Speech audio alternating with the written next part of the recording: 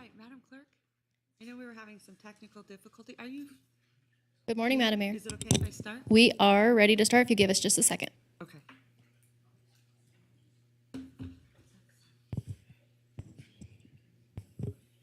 All right, good morning, Madam Mayor. We are ready to go. All right, thank you so much. All right, we will call the meeting to order for the Reno City Council and Redevelopment Agency for March 23rd, 2022. And Madam Clerk, we are going to start with the Pledge of Allegiance, and I would love if Mr. Woodley would lead us in the pledge. Mr. Woodley, it's all you.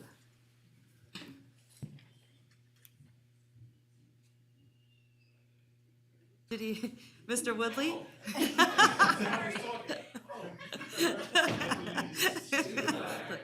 United States of America, and to the republic for which it stands, one nation, under God, indivisible, with liberty and justice for all. Great job, Alex. All right, Madam Clerk, will you please call the roll? Thank you, Madam Mayor. Councilmember Breckus? Here. Dewar? Absent at this time. Delgado? Here. Weber? Here. Jardin? Here. Reese? Here. Sheevy? Here. Madam Mayor, you do have a quorum of the Reno City Council. All right, perfect. We're going to go into item A3, Madam Clerk, public comment. Thank you, Madam Mayor. Our first item today is public comment. It should be noted for those in the audience that comments are to be addressed to the mayor and council as a whole. Comments heard under this item will be limited to 3 minutes per person and may pertain to matters both on and off the council's agenda. Please note that council may not take action upon any matter not agendized.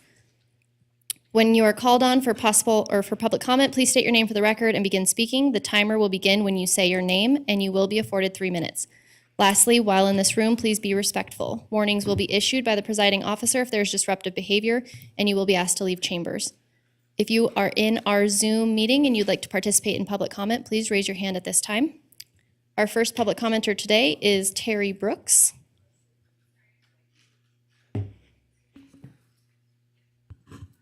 Good morning, Terry.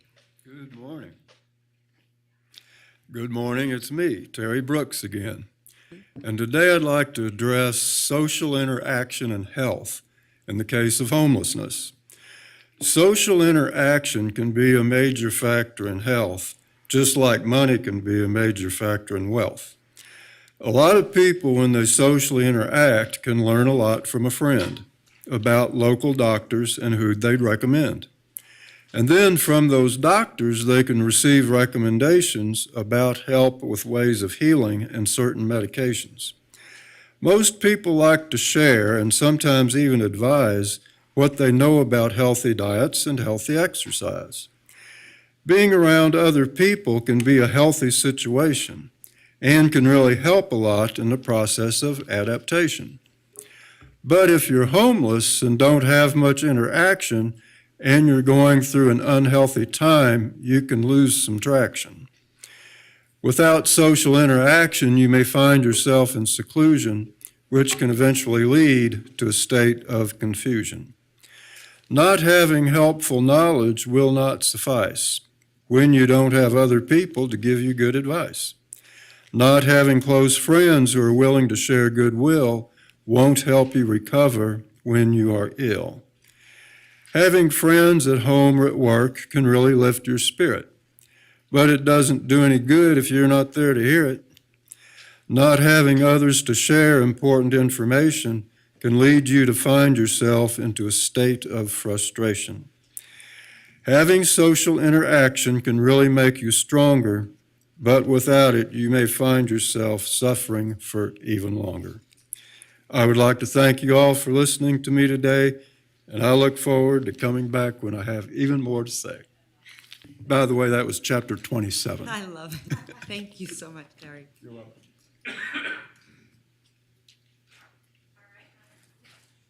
All right, Madam Mayor, with that, we have no additional public comment.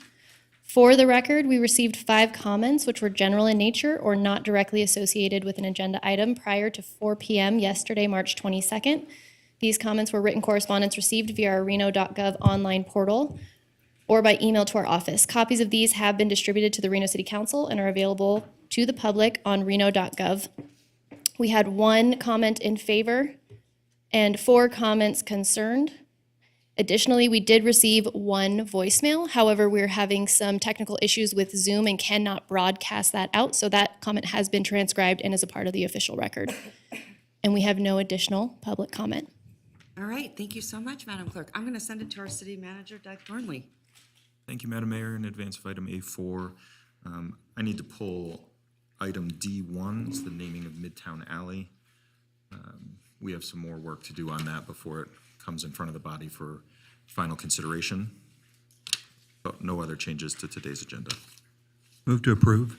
All right, I have a motion and a second. All those in favor say aye. Aye. All those opposed? Motion carries unanimously. All right, item A5, approval of the minutes. Move to approve. I have a motion, I have a second. All those in favor say aye. Aye. All those opposed? Motion carries unanimously. All right, we're going to head into the consent agenda. I'm going to ask, Madam Clerk, do you have any public comment on consent agenda? Thank you, Madam Mayor. We do have a public commenter for the consent agenda, Casey Crispin. Okay.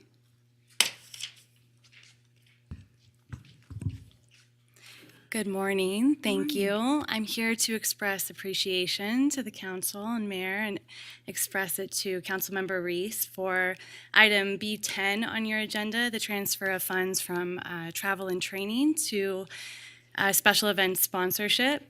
This is going to be supporting our farmers market, which is our only year-round farmers market in Nevada.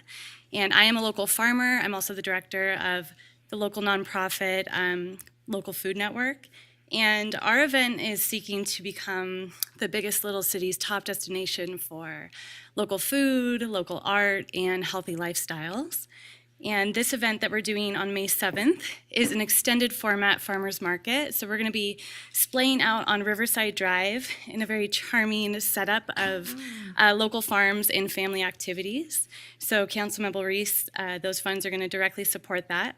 I also want to extend appreciation to Councilmember Breckus for the support of something very similar last August. That was a great success. And I just want to note that every amazing city has an attractive and vibrant farmers market that everybody talks about and everybody tries to go down to. And our intention from the beginning with this farmers market that we've been running for now almost 5 years has to become that destination on Riverside Drive. Not only to support the local farms and artisans that come out, but to support a healthier community and family activity each week. So the council's support and voting of yes on that item will certainly further that endeavor. Thanks so much. All right. What time is that on May 7th? It's going to be 9 a.m. to 1 p.m. Okay, perfect. Thank you. All right, Madam Clerk. All right, no further public comment, I assume? Madam Mayor, we have no additional public comment. Okay. I'm going to start with Ward 1, consent agenda items. Thank you, Madam. I'd like to pull items B2 and B3. Can you repeat that? B2 and B3. Okay. Councilman Reese. Councilman Delgado. Vice Mayor Darden. Councilman Dorr. No. Councilman Weber. All right, thank you. All those in Move to favor? approve. All right, I have a motion, I have a second. All those in favor say aye. Aye. All those opposed? Motion carries. I'm going to send it to Councilman Breckus. Thank you, Madam Mayor. Could we get a presentation? This is an issuance of, let's see, a pledge of $60 million. The resolution of intent to issue $60 million in debt.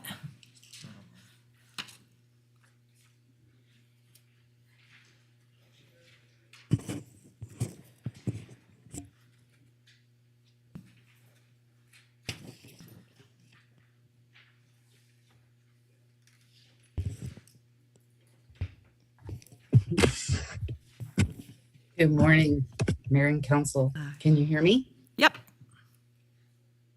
Great. Deborah Lochner, Finance Director, for the record. I will give you a brief presentation. I'll share my screen. And if I can find my, hang on a second. Okay.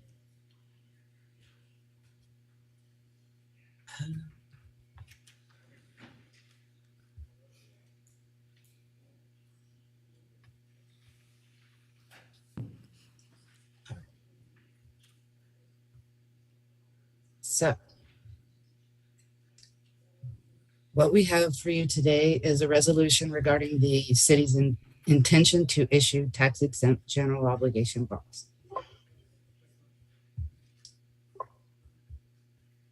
So the city has large grant funded projects, the Public Safety Center and the Aquatic Center at Moana Springs.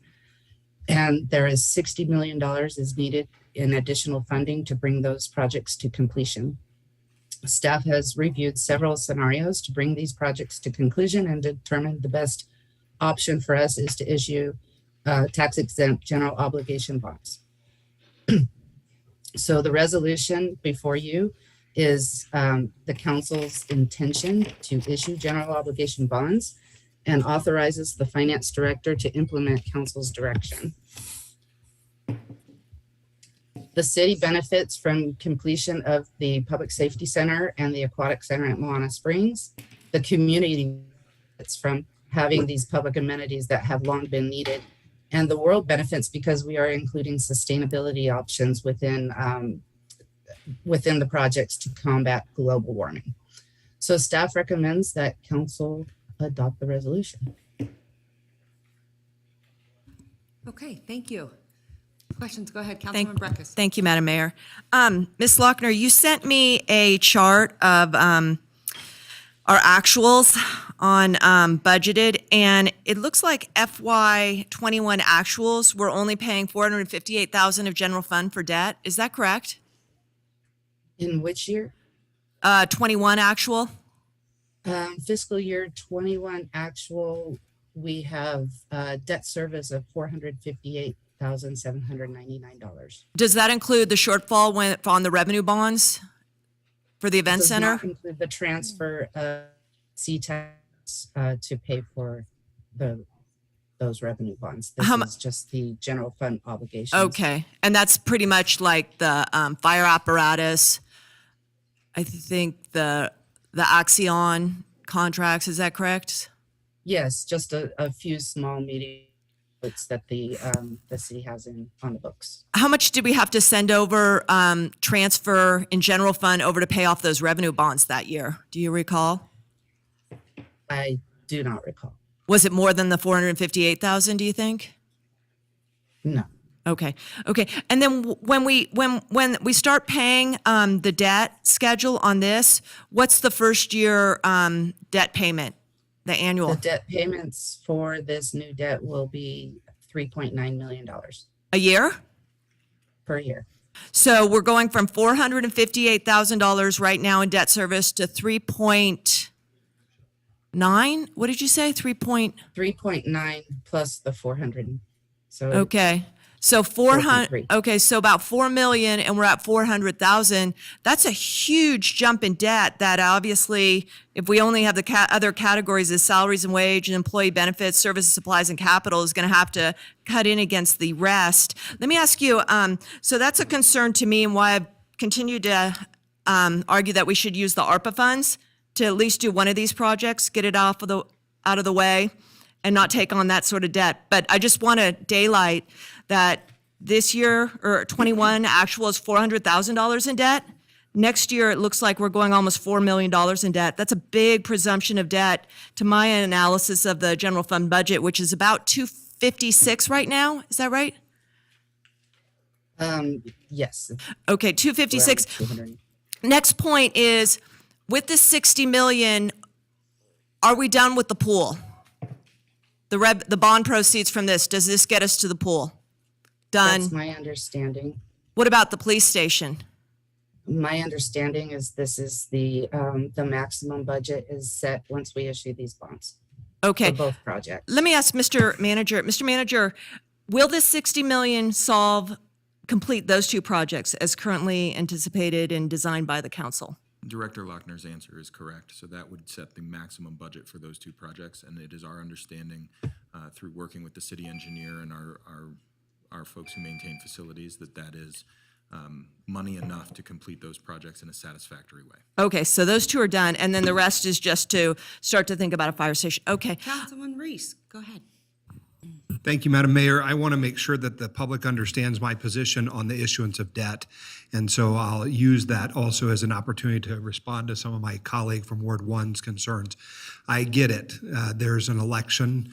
My colleague from Ward 1 wants to pen a mailer that says somehow the city is being irresponsible with their debt position, but that's just not true. I mean, the reality is we have resourced this community for many years. The debt position that we take on is not the same debt position that people take on in, say, their personal lives or with their mortgage. And so, the member from Ward 1 continues to believe that this is akin to that, when the reality is the government is in a different business. We're in the business of providing a service to this community. The Ward 1 member has voted repeatedly against firefighters, police officers, our parks and recreation, public facilities, and we don't have the luxury of doing that anymore. That was done for too long in prior times, but given the economic climate and circumstances, we have to use debt at times as an instrument. Ms. Lochner, I believe that over the course of 4 or 5, maybe 6 or 7 votes on this subject, you have continued to identify the reality of debt financing. Is that correct? That is correct. And I'd like to point out, when you look at the mix of our general fund, when you add the $3.9 million debt service in, it really only equates to about of our general fund operating costs.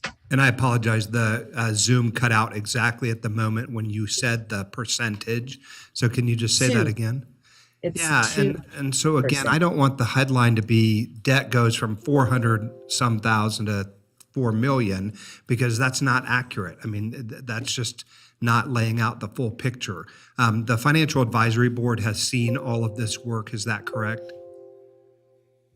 That is correct. And they haven't raised any red flags about it. Is that true? That is true. They support it. Yeah, and so again, I'll ask you, Ms. Lochner, do the revenue projections for the city and our budget position, do they support the use of bond financing in this circumstance? Yes, they do. And given the priorities we have as a council for public safety, for public recreational amenities, for the things that this community has asked us for, does this support that ongoing effort?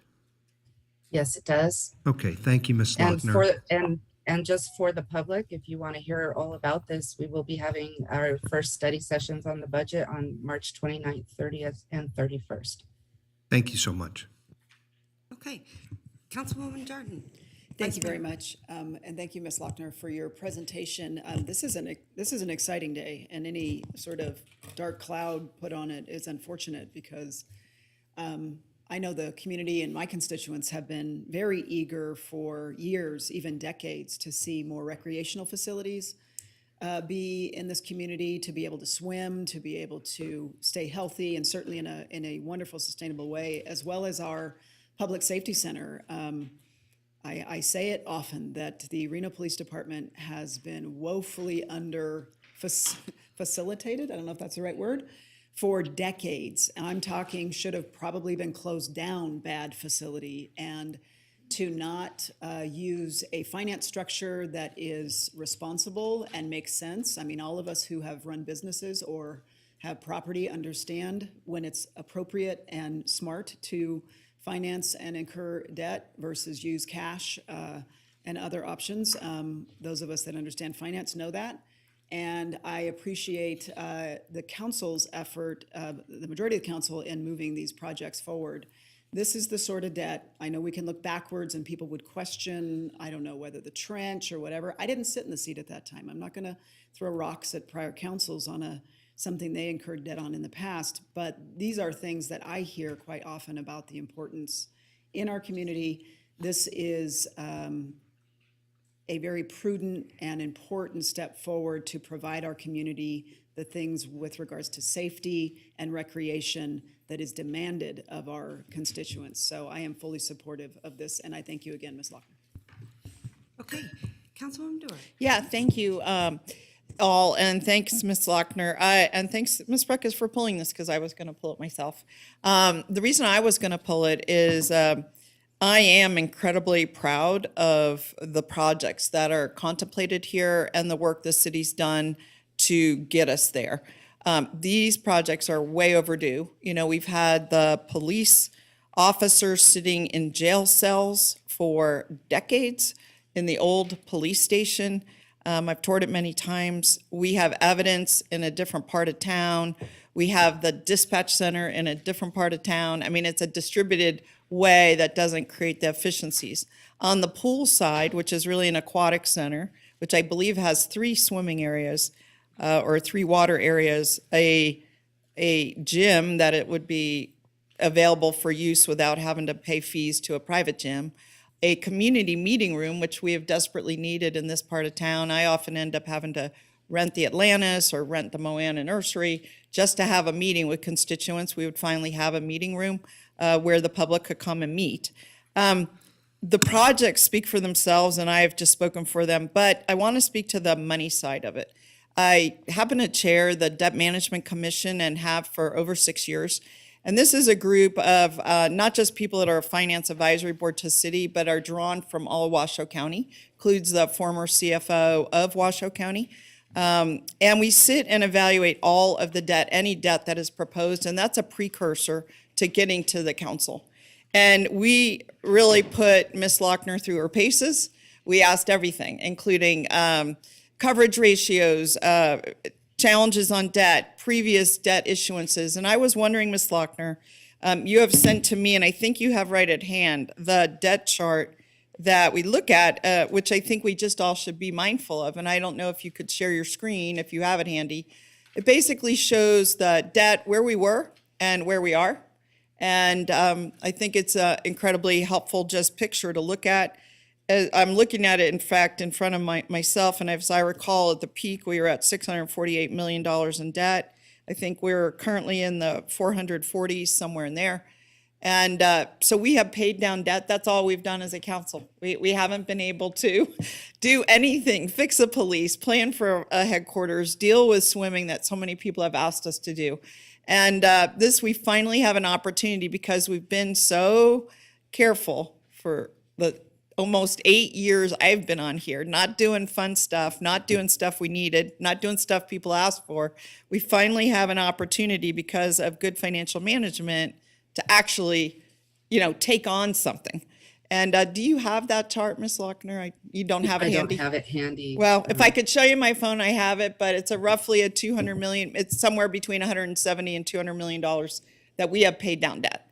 And I think we're in a good position at this time to make this kind of investment in the community. So thank you. All right, thank you. Ms. Lochner, just one couple questions.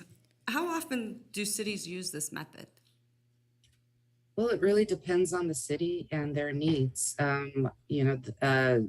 Some of those, like Henderson, uses debt a lot, as what I've heard from my bond counsel.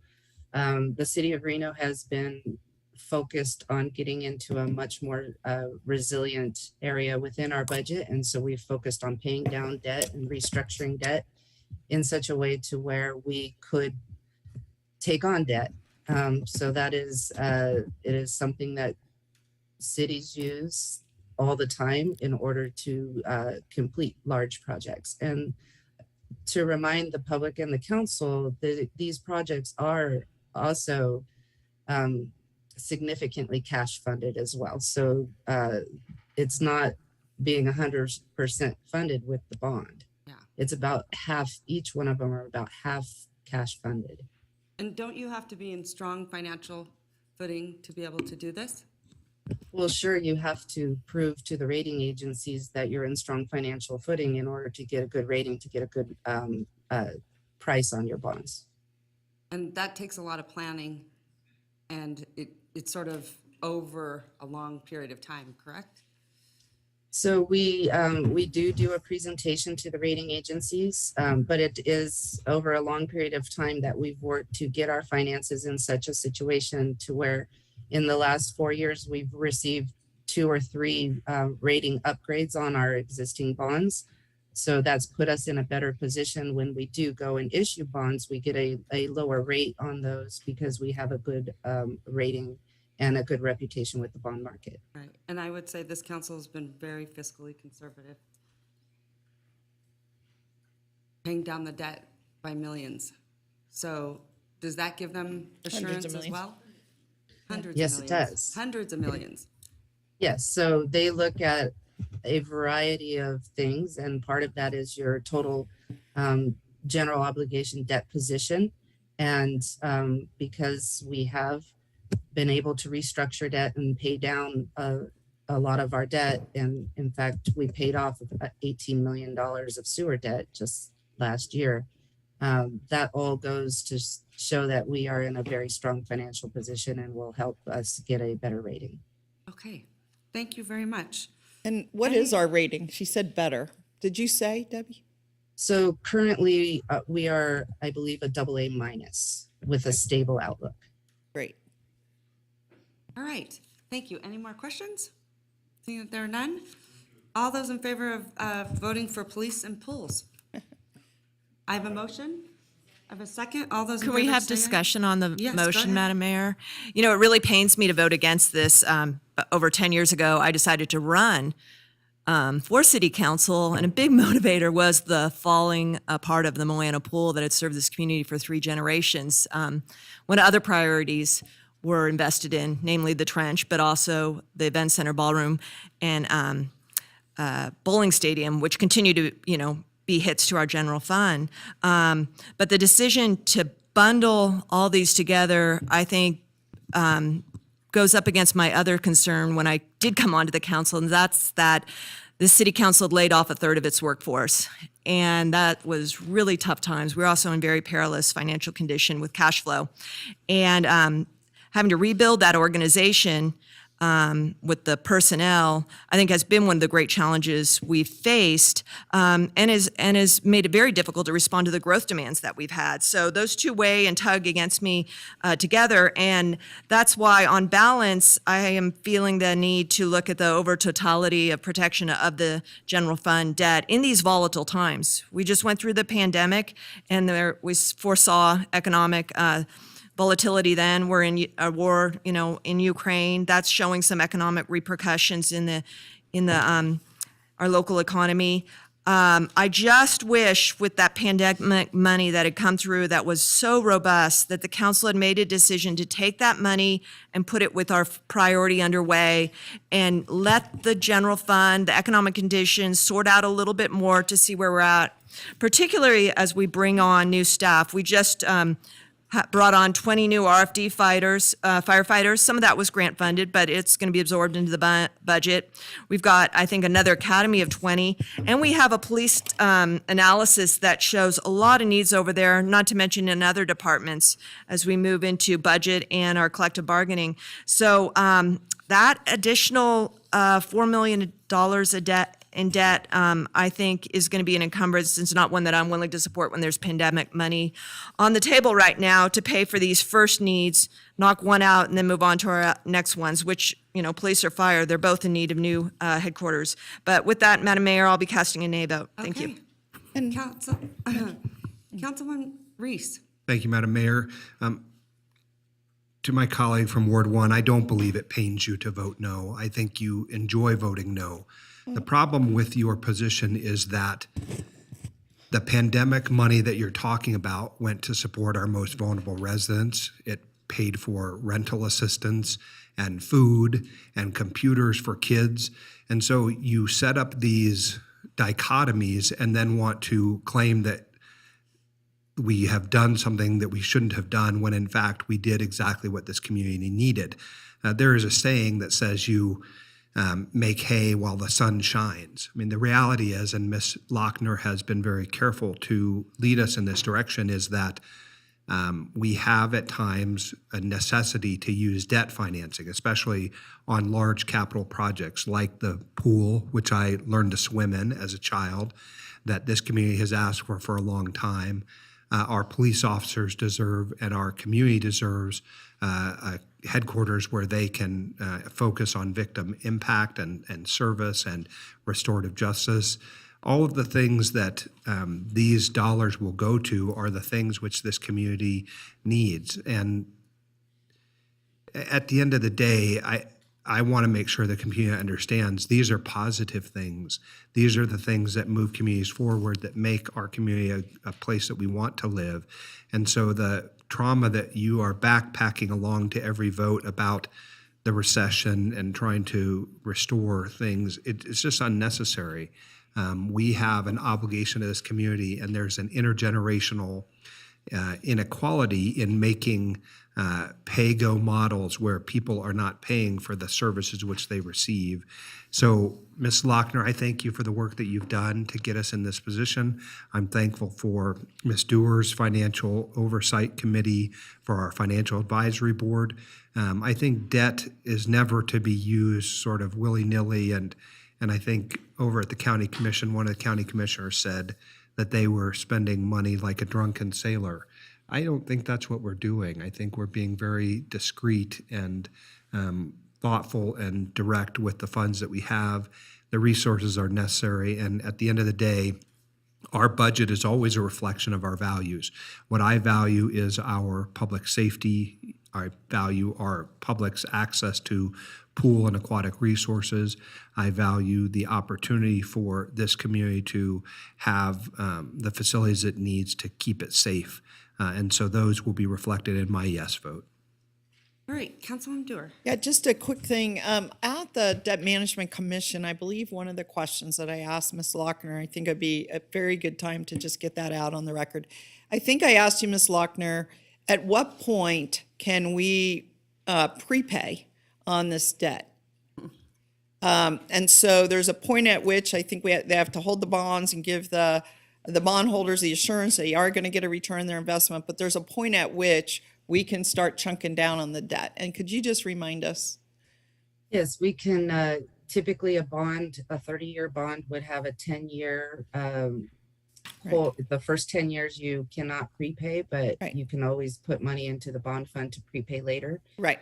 And after that 10 years, then there is the ability to call bonds. Right. And I think we're also, because of our financial standing, you also informed us that it's incredibly low interest rate. Do you want to just daylight that for a minute? Yes, so we are rated fairly high. We're in that AA minus. Hopefully we'll get up one step, but one step at a time. We also are in a very good position because we have limited debt in our general fund. So when you show and you show the sufficiency, which is what we had to show to the Debt Management Commission, is the sufficiency of our C-Tax to pay all of our obligations that are funded with C-Tax, whether it be primary or secondary. And we're in a very strong position in that as well. We have a significant amount of debt coverage. And I was just asking, though, the interest rate on that you're expecting. The interest rates, what we projected for this, Right. They built the 3.9 million at 5%, but we somewhere around 2.5 to 3. What was you cut out there? I'm sorry. We expect to get around 2.5 to 3% Right. when we actually sell the bonds. Right. We will have an underwriter that will market them aggressively, and we typically get a very good. Not to say that what's going to happen between now and when we close those bonds Right. in July, rates can get very volatile, but we will continue to watch them. Right. So point the to sell two those bonds. points I wanted to make sure we got on the record from you is that we do have an opportunity after 10 years to prepay, and we have the ability to save for that day as well. So if we have extra cash, and I'm sure our manager and you, Ms. Lochner, will be looking at that, should we be putting money into a fund to potentially prepay? But with the incredibly low interest rates that we have, that we're expecting, you were very conservative with your 5% and your pro forma when you met with us. And you said, I want to be very conservative so that we make sure we have our debt coverage ratios, but we're expecting better, maybe twice as good. So I think those are just good. I know there are nuances. It gets into the details of the financing, but I think it's really important to get out on the record. So thank you. And also, I just want to state for the record that no new taxes are required to do this, correct? Ms. That's Faulkner? correct. Okay. Correct. Okay, thank you. I just want that on the record. Okay, so I have a motion. I have a second. All those in favor say aye. Aye. All those opposed? No. Motion carries. All right. Congratulations, Pools and Police. Yes. Okay. Moving right along, Madam Clerk.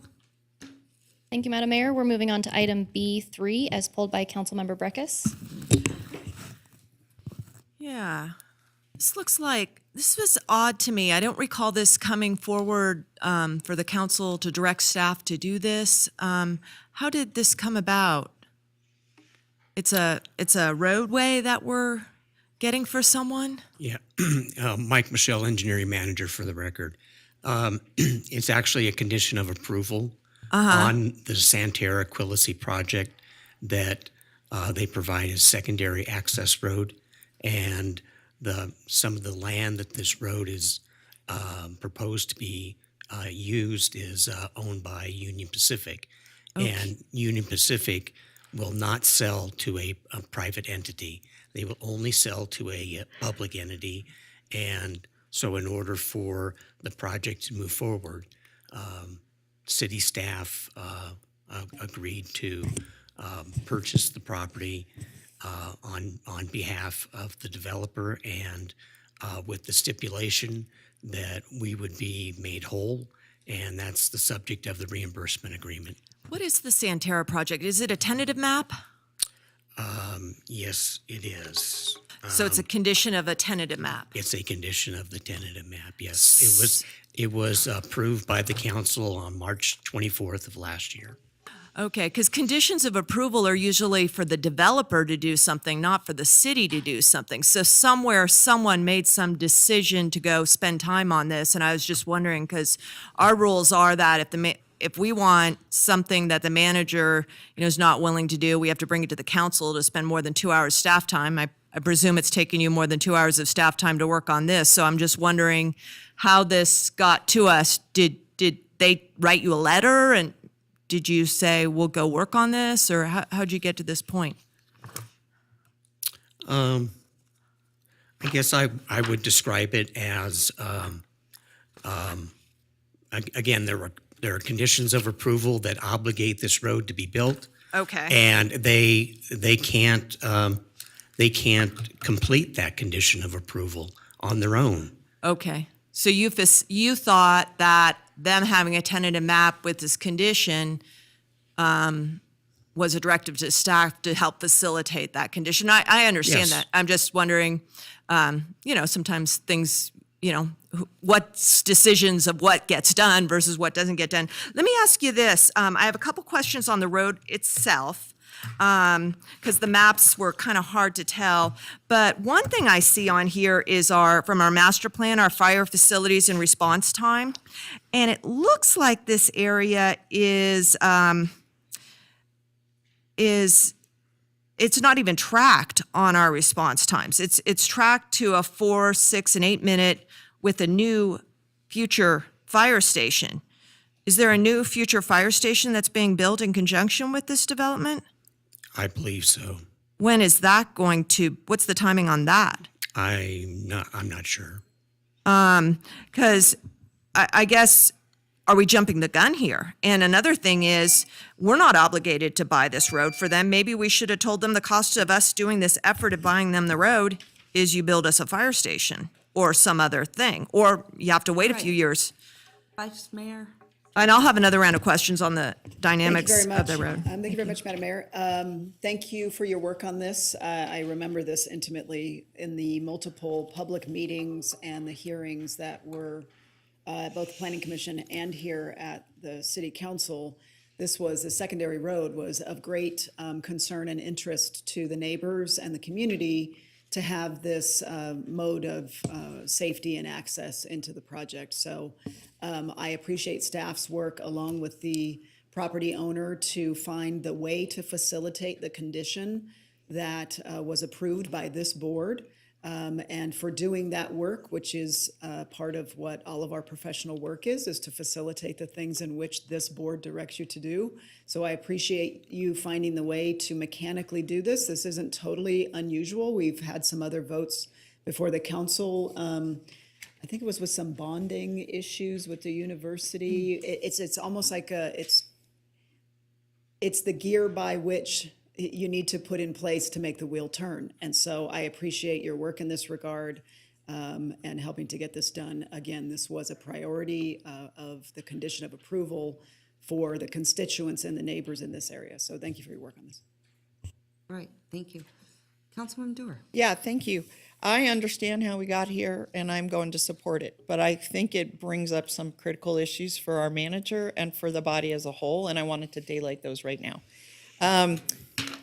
First question is, in order to do this acquisition, there's legal work entails legal work. Does the legal work get done by the city attorneys or outside attorneys? This is a property purchase, essentially. I would characterize it as the developer's attorney did most of the legwork on these agreements. Okay. When it comes to the purchase agreement, Union Pacific has has just boilerplate. Right. So I just agreements. wanted to make sure that our attorneys, when we do these kind of things, aren't getting tied up in what can be very protracted conversations back and forth with, an organization like Union Pacific, and that if they're paying, that they're not paying our attorneys at our rates, that they're paying their attorneys at their rates to do the work. So that was something I didn't want to off onto us costs that are probably underestimated. In real life, our attorneys would cost 3 times as much, that kind of thing. There's a second and bigger point. And that bigger point is that the railroads in general are monoliths. They are essentially monopolies. There is currently pending in Congress a bill to talk about the status of the railroads.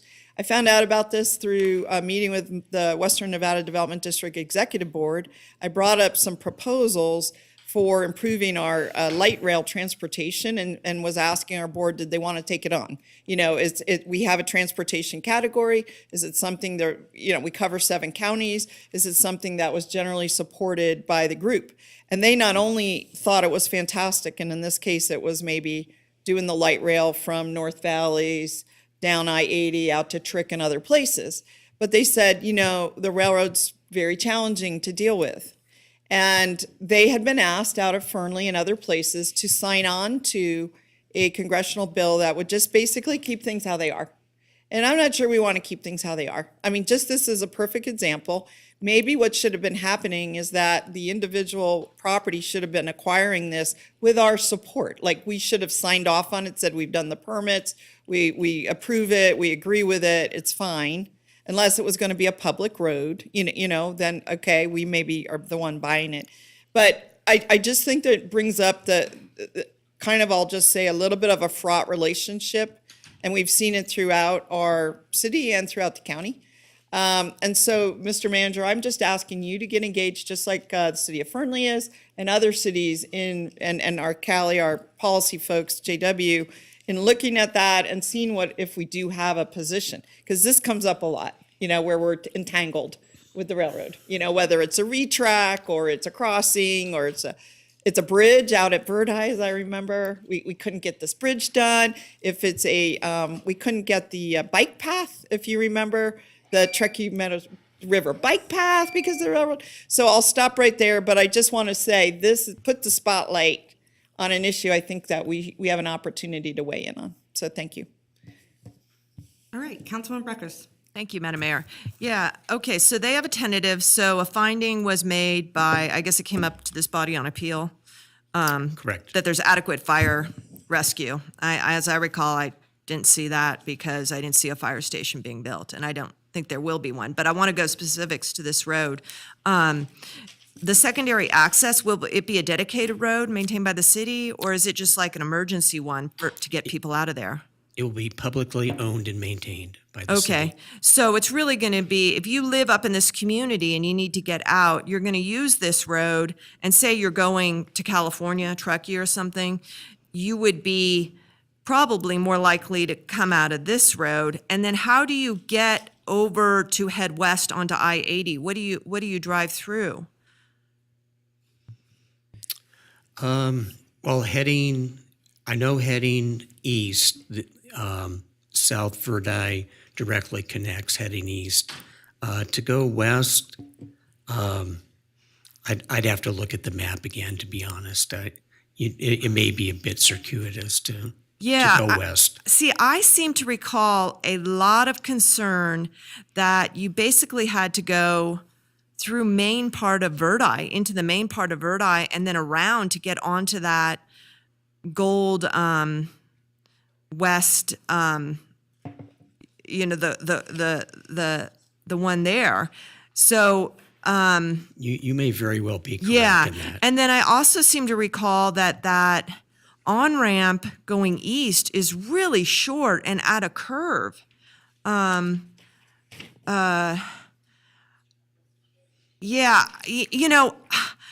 Look,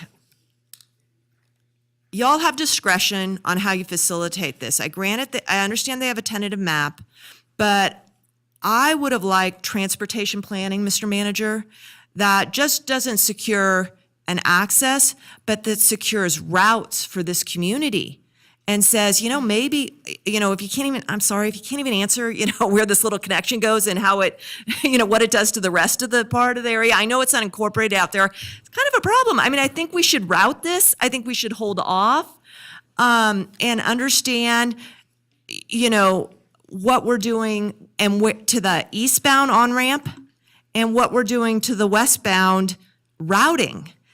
That's in our discretion. We could be creating a huge problem out there. So let's put all the pieces together on that. Maybe they need to get plugged into the RTC work program.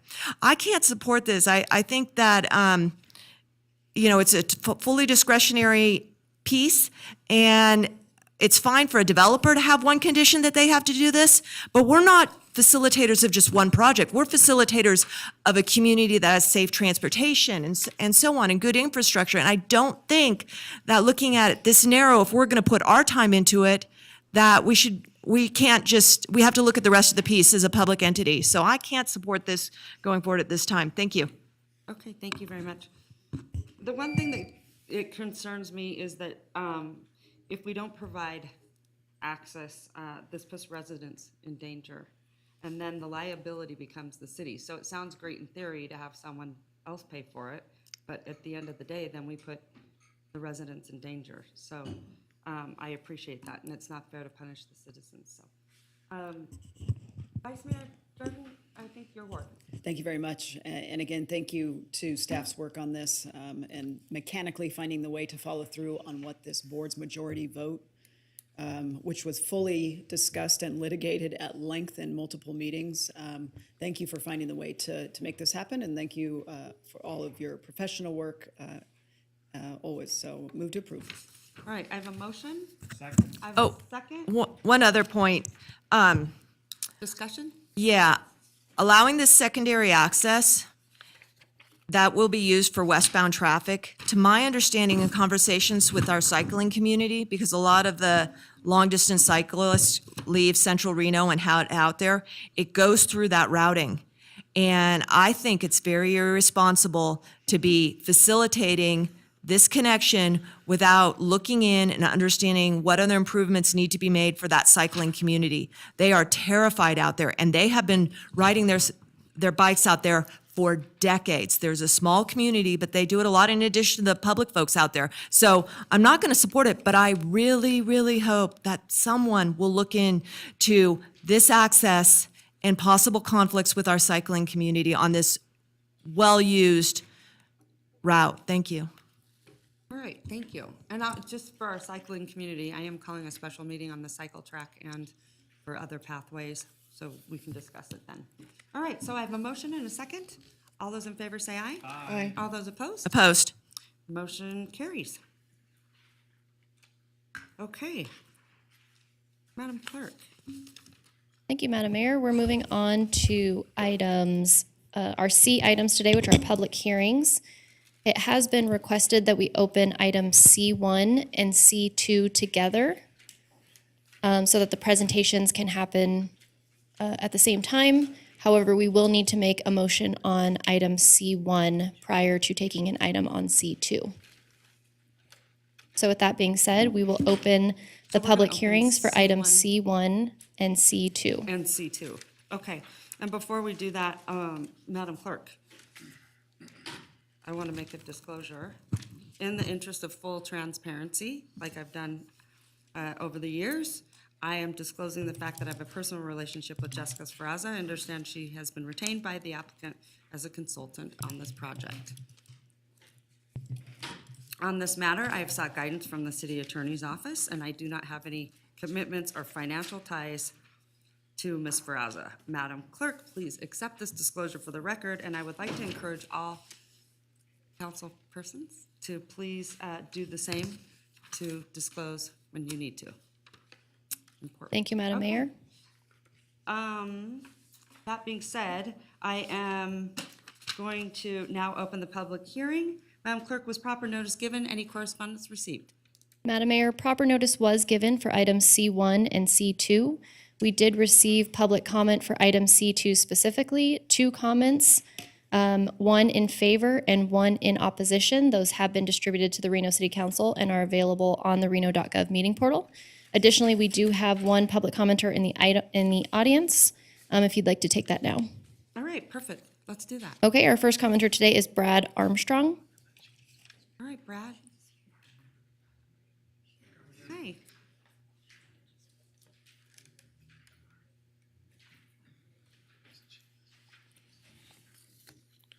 Hello, good morning. Good morning. Thank you for your service to the city. I'm a local property owner just to the north of the property at question and right across the railroad tracks. I call it the 30 Springs Oasis. It's a beautiful place. When you drive out the road, you can see trees up there, and everybody that leaves Reno and everybody that comes to Reno, that's kind of like the last thing they see and the first thing they see. And I just want to urge you to demand a lot for that area. Many of you have iPhones, and Steve Jobs, the reason iPhone is so good, because he demanded that the people that worked for him did better. And that's just what I'm asking you to do. Demand the very best for that area. That's my comment. Thank you. Thank you. Our next public commenter is Jean Harris.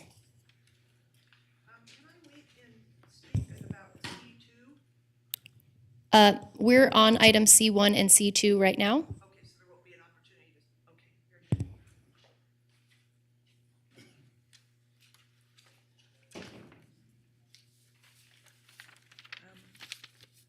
Hi, my name is Jean Harrison. I have definitely tried to pare this down, but I'm probably going to run about 20 seconds over, even with my fastest radio voice. So.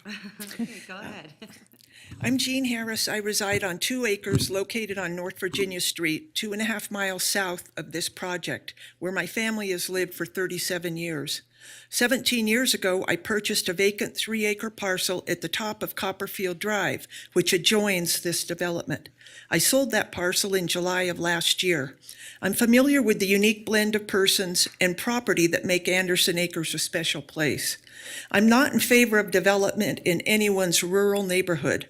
I get it, and boy, do I live it. But like it or not, I know growth is going to occur. In the past 6 years, there have been 8 large warehouses built right in my face. In 2016, I learned how to become a proactive and voice my concerns when an 800,000 square foot warehouse was proposed on 44 open sagebrush acres directly behind my home.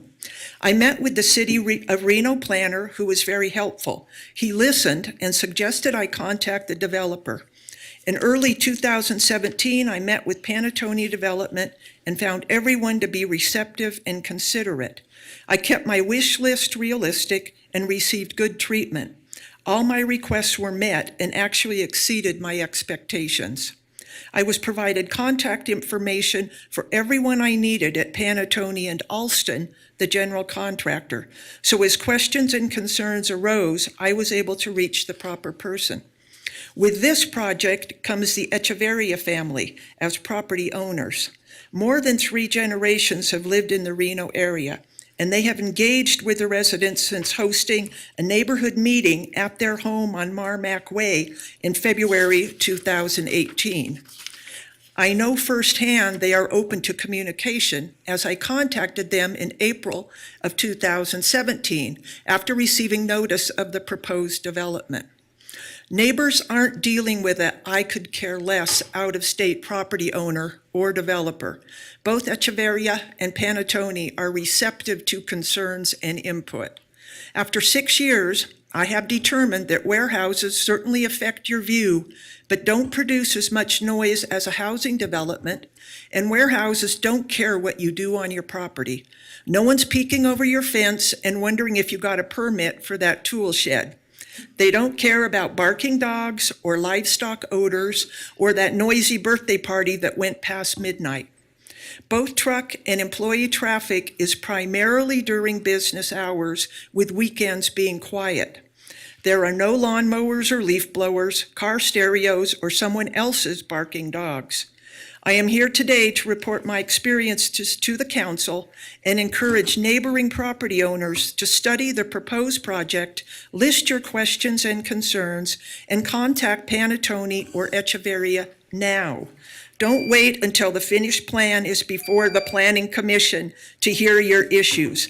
It is very difficult for both Panattoni and the City Planning Department to rewrite portions of the final proposal. You'll have a much better outcome regarding your concerns if you make contact now. Don't be a victim, be proactive. Thank you. Okay, thank you. All right, Madam Mayor, and with that, we have no additional public comment. Okay, thank you. All right. Brooklyn, I think it's all you. Good morning. Good morning, Madam Mayor. Good morning, City Council. It's nice to be in front of you all again. Brooke Oswald, Associate Planner. I feel like I haven't seen your face in so long. It's been a couple years, I think. I know, it's usually on Zoom, but it's nice to see you. Yes, very nice to see you all. Brooke Oswald, Associate Planner for the record. I am with Development Services. As was mentioned by the City Clerk, we do have 2 cases. We've opened them up together today because they are intimately intertwined and associated together. The first is an annexation. That's the Red Rock Road Trail Drive annexation, and the Peavine Employment, which is a master plan and zoning map amendment. I'm going to quickly run through, because there are so many layers of this, just the anticipated process that we're going to see, and then I'll go into each one of those areas in a little bit more detail. So looking at our process overview, as we look at that ANX stands for annexation. This is a voluntary annexation. We have 2 processes of annexation. One is city initiated within our sphere of influence. The second is a voluntary annexation. That allows a property owner, if they own 100% of the property, to come in as long as they are adjacent to city property, directly adjacent, and request to be annexed into the city and our services. Should be noted that this annexation is not in the sphere of influence. That is very important, how the motions have to happen today, because we do not have jurisdictional control over this property, and it will take that annexation to give us that jurisdictional control that we can further move on and make a decision on the master plan amendment and zoning map amendment. It should be noted, our code does now, Reno Municipal Code requires that a master plan amendment and zoning map amendment come in with an annexation if they are planning to change that underlying zoning or the translation zoning that we'd see from the county. And that is the case in this particular request. So now we're going to move to that Mpa and Zma. That's our master plan amendment and zoning map amendment. The first thing we do is take a translation from that Washoe County land uses. We apply that over. So in this case, we're looking at rural uses. We'll apply those over to a large lot residential, and we're seeing a public facility use that we're moving over there. Then from there, what you're going to see today is that translation happening. And then when the translation happens, we'll go from our translation to city and to the next one. They are requesting a specific plan district. This is something relatively new that we brought in with our code, very similar to a PUD in many ways, and I'll go into a little bit more detail on that. And that MPA and the ZMA, the Master Plan Amendment, Zoning Map Amendment, are contingent on the annexation approval. That's once again very important that we do that one first. What will then happen is that the zoning map amendment will move on to that second reading of the ordinance and for the zoning map amendment. And then if we do move forward with this, the master plan amendment will have to go to regional for conformance. And then we're also going to see that going to regional for a project of regional significance. That is based on employment, traffic, anticipated employment, traffic, and sewage. Then, after it goes through regional and their approval process, it will then come back to City Council for certification of that master plan amendment and then also that SPD handbook. So very similar to a planned unit development, that specific plan development requires a handbook, and you'll certify that at the very end. So all of them have to happen to make it happen at the end. So many, many layers to this onion. Quickly go over the project site. It's 210 acres, approximately 210 acres in North Valleys. As you can see, we have identifying where we are. This is the intersection of I-395 and Red Rock Road. This would be Stead Boulevard. So we're just on the south side of 395 there. We do have a railway line that runs to the south portion of the property. As we're looking, you can see 2 stars to the top. We're seeing some industrial hubs up there. Should be noted the one by Silver Lake is actually a planned unit development, very similar to the SPD and developed under those standards of a planned unit development. Additionally, down and to the east of the project site, down east on North Virginia, we're seeing industrial development happen down in that area. Currently, we have a car wrecker, and some mini warehouse and other uses in that nature. The 2 blue stars represent the federal properties that we have in close proximity and open space in close proximity to this project. And then we're going to look at that residential. To the north of 395, we're seeing denser residential housing happening there. Coming in a little bit closer on the project site, as we look at this, once again, the gray star representing the intersection of Red Rock Road and 395 on those exits there. We are looking surrounding uses being predominantly rural residential neighborhoods, larger lot, single family. We do have a zoo in that area also. And then bringing in out of that total of 210 acres, approximately 44 acres of that are an annexation, and the bright yellow is representing that annexed area that we'd be looking at. So going over the annexation really quickly, as I mentioned before, this is not in the sphere of influence. So we're looking at our project site just off Red Rock Road, 395 again. That's the approximate annexation site is in that area. As we look at our sphere of influence, as you can see, the purple represents that sphere of influence. The sphere of influence is the area that this body has jurisdictional authority over, and we are able to use our apply Reno Municipal Code and other code and ordinance in these areas. As you notice, there is a very distinct island within our sphere of influence in that area, which we do not have jurisdictional control over at this point. This is most likely a remnant from the Reno Stead Joint Corridor Plan and the rural character that has been sunsetted by both the county and Truckee Meadow Regional at this point and is no longer active. And that's where we're anticipating that happening. As we look at those city boundaries, our city boundaries wraps this and creates basically a peninsula that comes down into the project site on that, the yellow representing the city boundary. Once again, this annexation, we are adjacent on both the north and south of this property to city property. And there's 100% ownership coming in, and through Nevada revised statute, it is allowed for them to request an annexation into the city. It does create an island of approximately 60 acres. That is one of the considerations you have to make while looking at this. Staff looked at this two ways. Even though it's creating an island one way, with that annexation, we're actually reducing that island of our sphere of influence. And so there's kind of a back and forth of what we're looking at in that jurisdiction on that.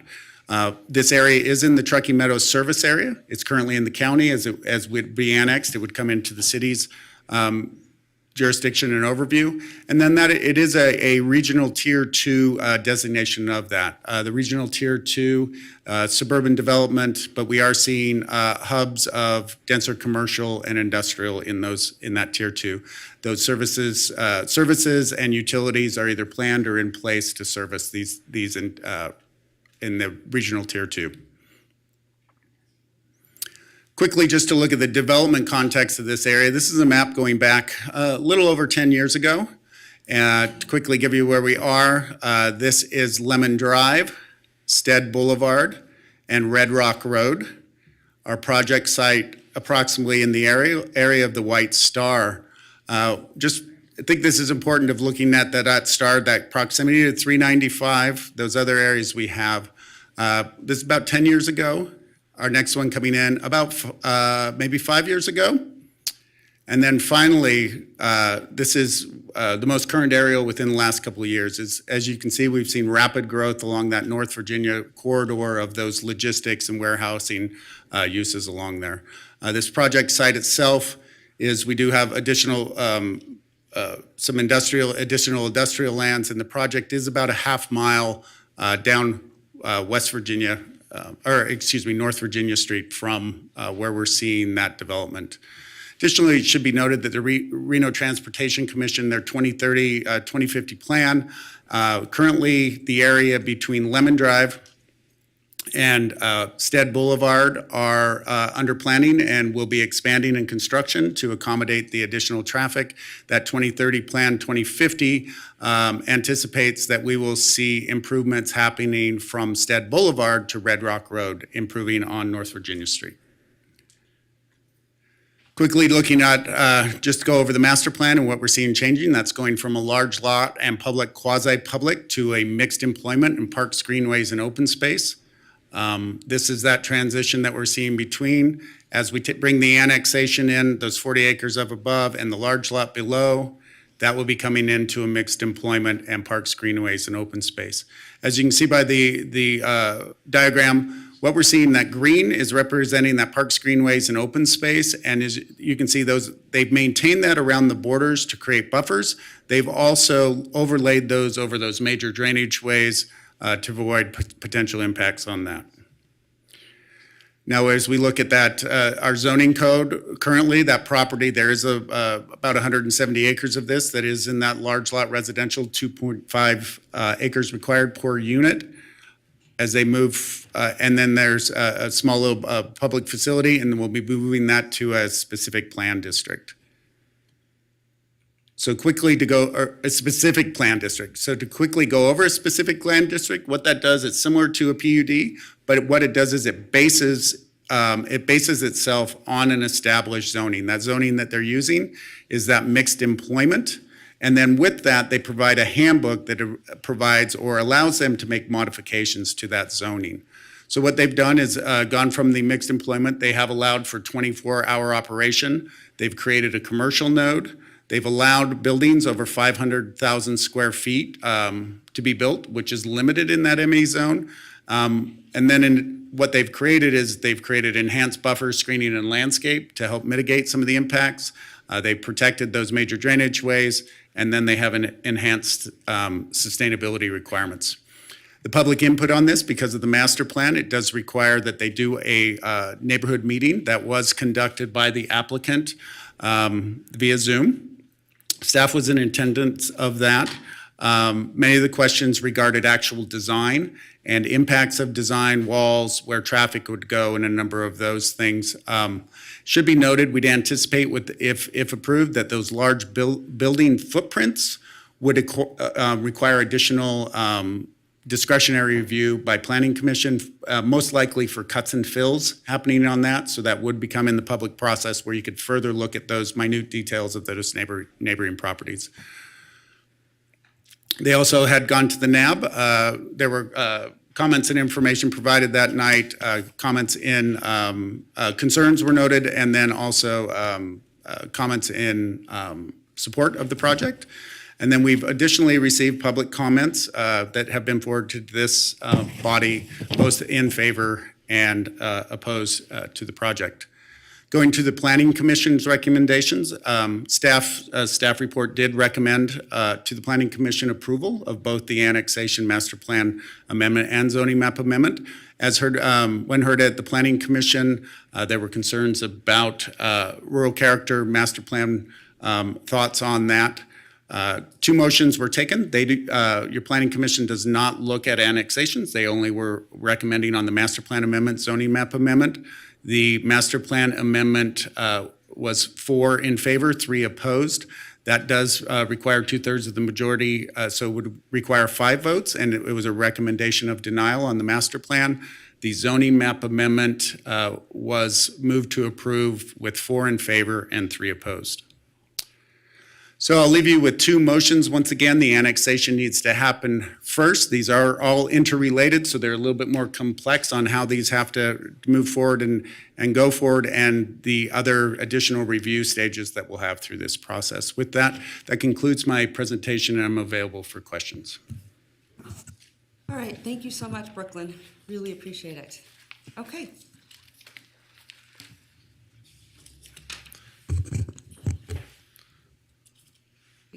Mr. Gordon. Yeah, good evening, or good morning, Good morning. Madam Mayor, council members. Did you say good evening? I did say good evening. It feels like it. Right. Okay, good morning, or good afternoon. Good afternoon.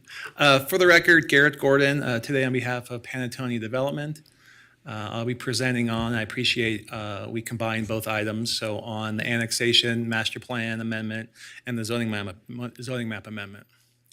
I'll try not to be repetitive of what Brooklyn said, but again, here's the project area, total of 13 parcels, and again, it's just a half-mile north of the developing logistics center. It's just separated by undeveloped parcels with a water tank, so certainly a logical extension of that existing industrial corridor.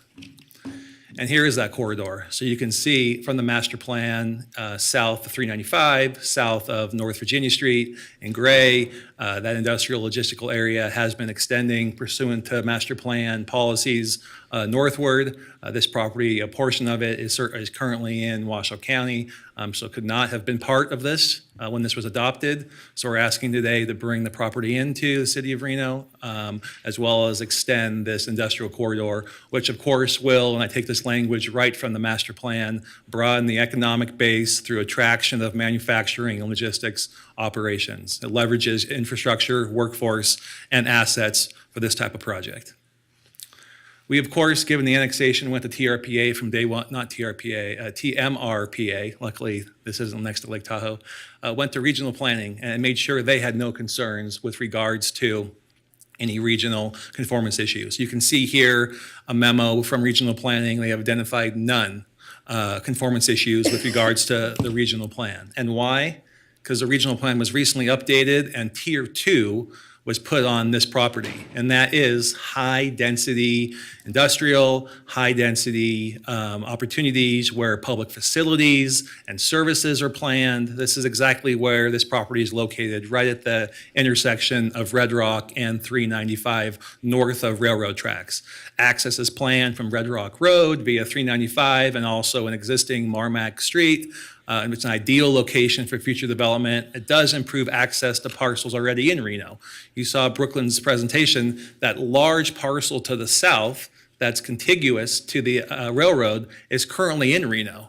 So there's not only a little donut hole for county land, but there's a donut hole to get services to some existing City of Reno property. So making that connection up to 395, I believe, helps for public services as well.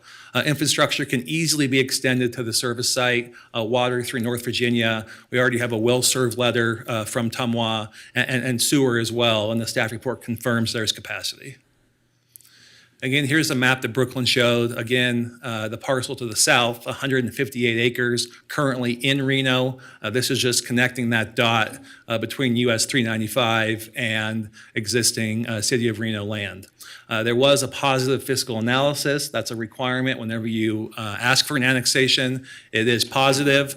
And on that green area, which is currently county, we've already been to the county because you can see there were numerous parcels and some roadways in there. We've already abandoned some of those roadways or right-of-ways, filed a parcel map to consolidate those parcels. So it's ready, primed and ready to come into the city of Reno very easily, given we did that work ahead of time. As Brooklyn mentioned, this would come in, these properties would come in, the city of Reno, according to the conversion table, which would be large lot residential, and certainly that's not supported by the Tier 2 regional designation, which does encourage these high density projects and specifically mentions industrial nodes. So the master plan, again, would be mixed employment. You can see there in pink. As far as the green area, the idea was to not only promise there'd be a buffer to the existing residents, but actually put that in the master plan. So about a 300-foot buffer to the north, over a 1,000-foot buffer to the east, about a 100-foot buffer to the west, again, trying to be compatible with our neighbors. Here you can see a hatched area up by Red Rock Road. The reason why we put this in here is some feedback we heard from the residents, but also, Councilmember Weber has been very vocal of trying to encourage some restaurants, some retail, some commercial in this area. So this 6,000 square feet of commercial retail is expected for commercial retail to serve this community. We can't put manufacturing, warehouse, or distribution in that hatched area. And rather, it encourages commercial and retail, such as a bakery, commercial kitchen, microbrewery, restaurants, to finally get some more services to the North Valleys. Here's the proposed handbook. You can see very similar to the master plan. We started with staff of asking for an industrial designation. You can see pretty much all the existing industrial uses heading up this corridor are gray and industrial. But that would have given us unlimited square footage and really not the ability to condition this project. So we instead backed off that idea and came up with the specific plan, which this body approved in their updated master plan, so we could have a handbook, have conditions, limit land uses, add buffering, add specific requirements for the Gateway District, and add also public access and connectivity concepts to make sure horseback riders and pedestrians and bicycle riders could still move through the property. Sustainability.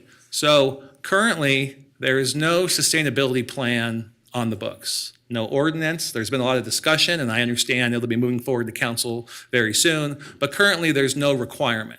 Panettone wanted to go above and beyond. So they pulled your draft sustainability plan and put it in the handbook and said, rather than a kind of a complicated point system, they said, listen, of all the items that council and the planning commission have identified over the years, we'll make sure that buildings over 100,000 square feet can meet 6 of them, and buildings under 100,000 square feet comply with 3 of them. We took that concept to the Planning Commission. The Planning Commission said, great idea, let's add some specificity to it. Let's add some enforcement mechanism to it. So this is what you're seeing here, had some valuable input from the Planning Commission. When we submitted this and moved forward in this process to City Council, we were contacted by Councilmember Doer and the sustainability manager as late as last night to try to do a little bit better as well. So we started with nothing, completely voluntary, tried to comply with 6 out of 17. You'll see before you, and I'm happy to go through this later if I'm running out of time. I see the clock's not running, so I'm not sure how much time I have left. But we came up with, again, some additional criteria. And what it would do, you can see, is letter 1A, all buildings have to have plants that should be native. So it wasn't going to be just voluntary, that's required for all buildings. Then you can see section B, there was 4 or 5 elements there that would have been voluntary. You know, you pick 6 out of 17. We're now saying all of those are mandatory for buildings over 100,000 square feet.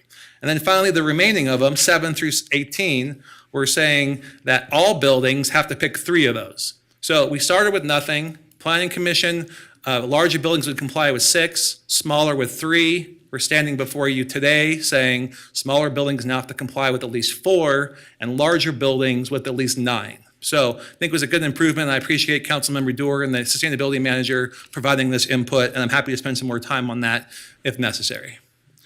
Finally, the public meetings. We've had 2 public meetings, as Brooklyn mentioned, neighborhood meeting.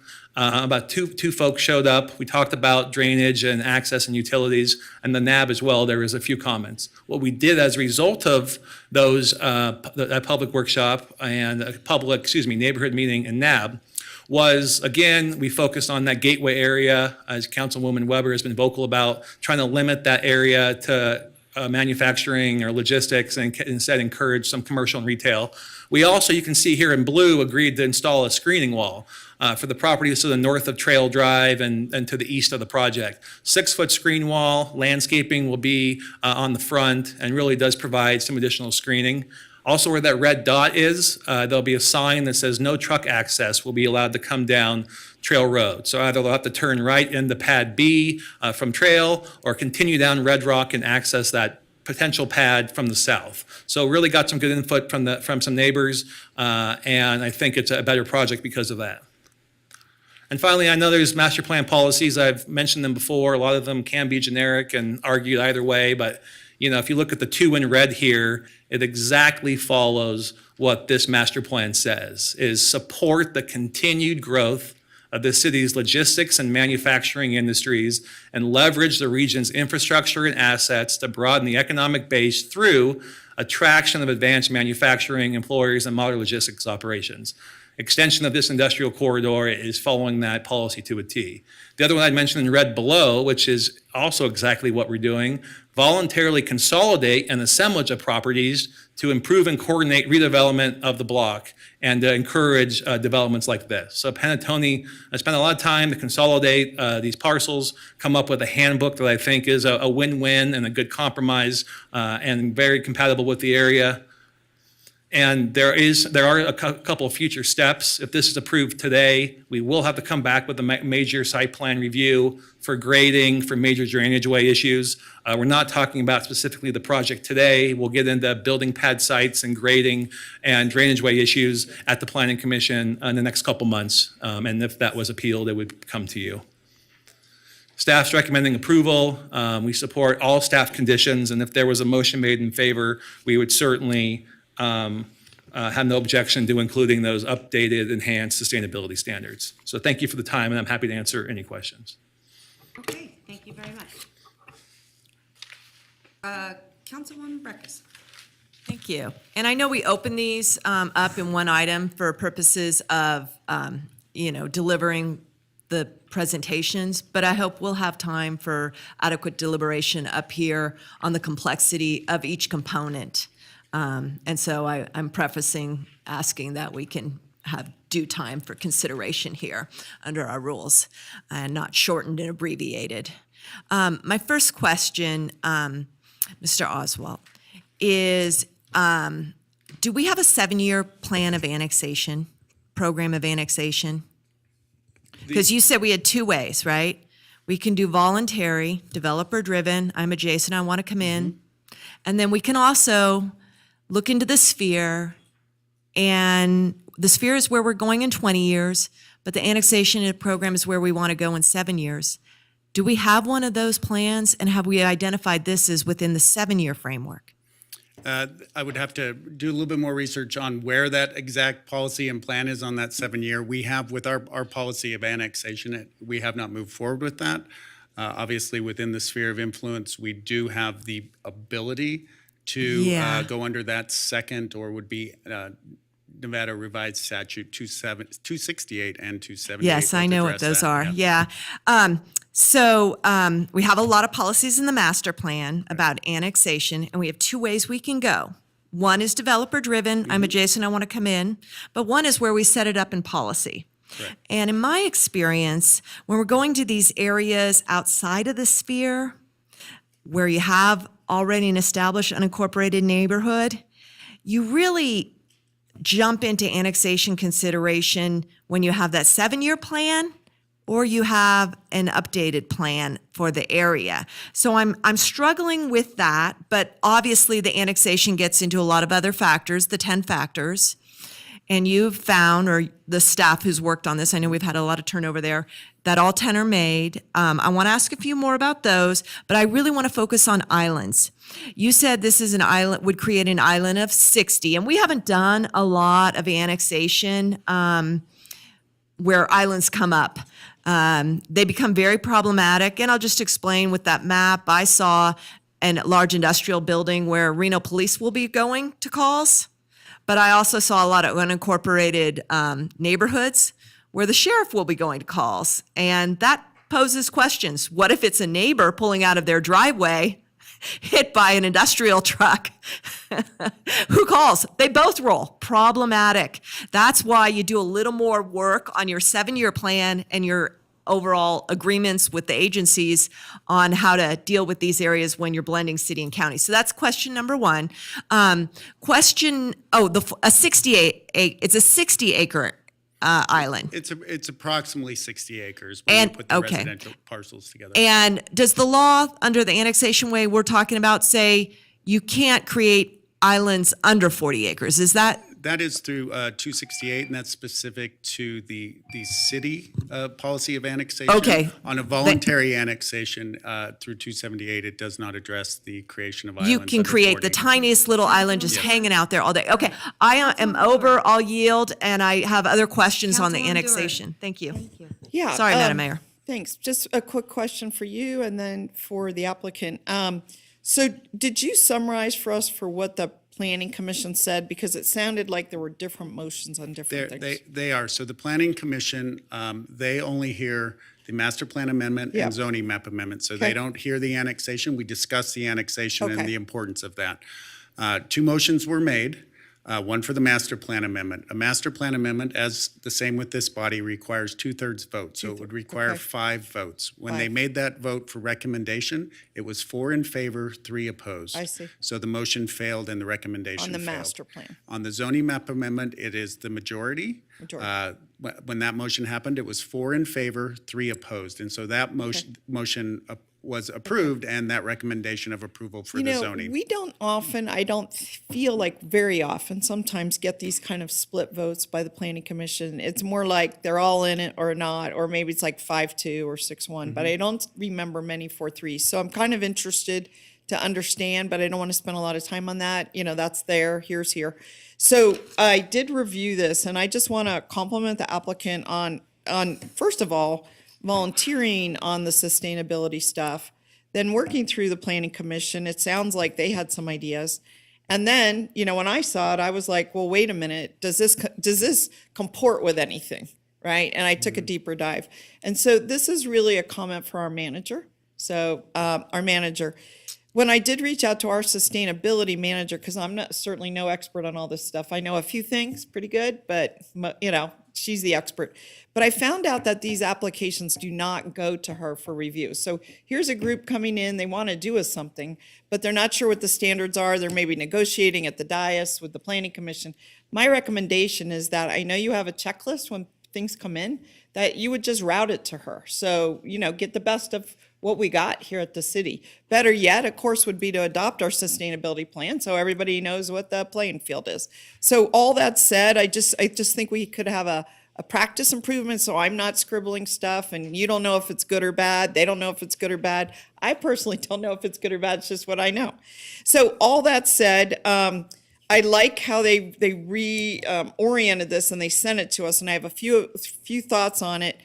I'll start now, but I see I only have about 30 seconds left. So I'll just start with, first of all, yay, that you're applying one thing across the board to everyone. That's item A.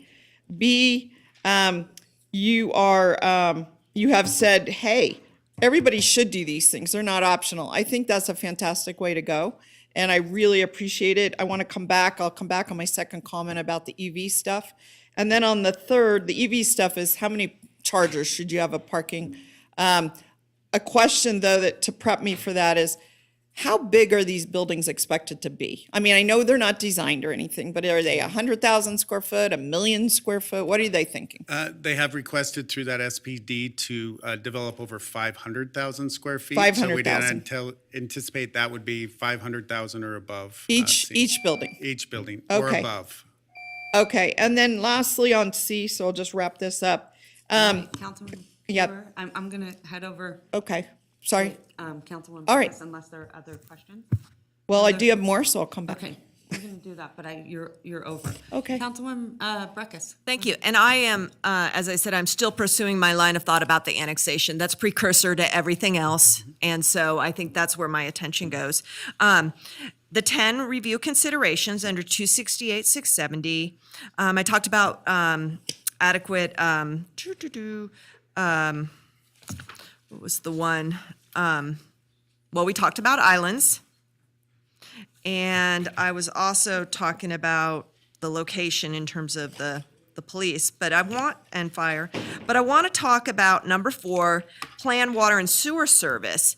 Is the area currently served by sewer lines? It currently is not. That sewer line is on the other side of 395. With this development, it would be at the developer's dime, basically, to bring that sewer to this site. The city would require that they connect to city sewer. And then when that line goes in up and passes through that neighborhood, that then triggers the law that all those folks have to connect to that sewer line if they're in close proximity. It's within those distances. Yes. So those people, those unincorporated residents will then become our sewer customers and won't have the opportunity, or as they came in and changed, we wouldn't aggressively do that. As if they came in to develop on a piece of undeveloped project or a major major renovation of their home or something, at that time we would look to connect. We have had, I've had comments back and forth. There are residents out there that are actually very interested. ready in the to hook up. services that come Yeah. Okay, and then I want to talk about the sewer service capacity up there. You said it's going as a project of regional significance on a sewer trigger. What's that sewer trigger of how many? I would have to, I can get that number for you and get it in the next round. I can't remember off the top of my head. Yeah, it's in state law, it's in the plan. Yeah, within that. I thought these industrials were very low sewer users, so I'm very surprised to hear that this is triggering a regional significance review on sewer use. Yes, and as we know, we don't have an actual development project, and so we are taking that requested zoning map amendment, master plan amendment, and then extrapolating that what can be built. They are coming under that for sewage capacity. They may or may not hit that, but they want to make sure that it's reviewed and that we're looking at as a regional as that comes in. Yeah, well, that raises the issue of the fragility of the sewer capacity there and the interconnected relationship of effluent. Mr. Flansburgh's here. How much sewer capacity do we still have until we bring the Stead plant expansion online? And how far are we off on being able to expand that plant, bring that plant online? So for the record, John Flansburgh, Director of Public Works. As you're aware, we have a contract out that is finishing up for the expansion of the Stead treatment plant that will double the capacity. So that's part of the overall planning.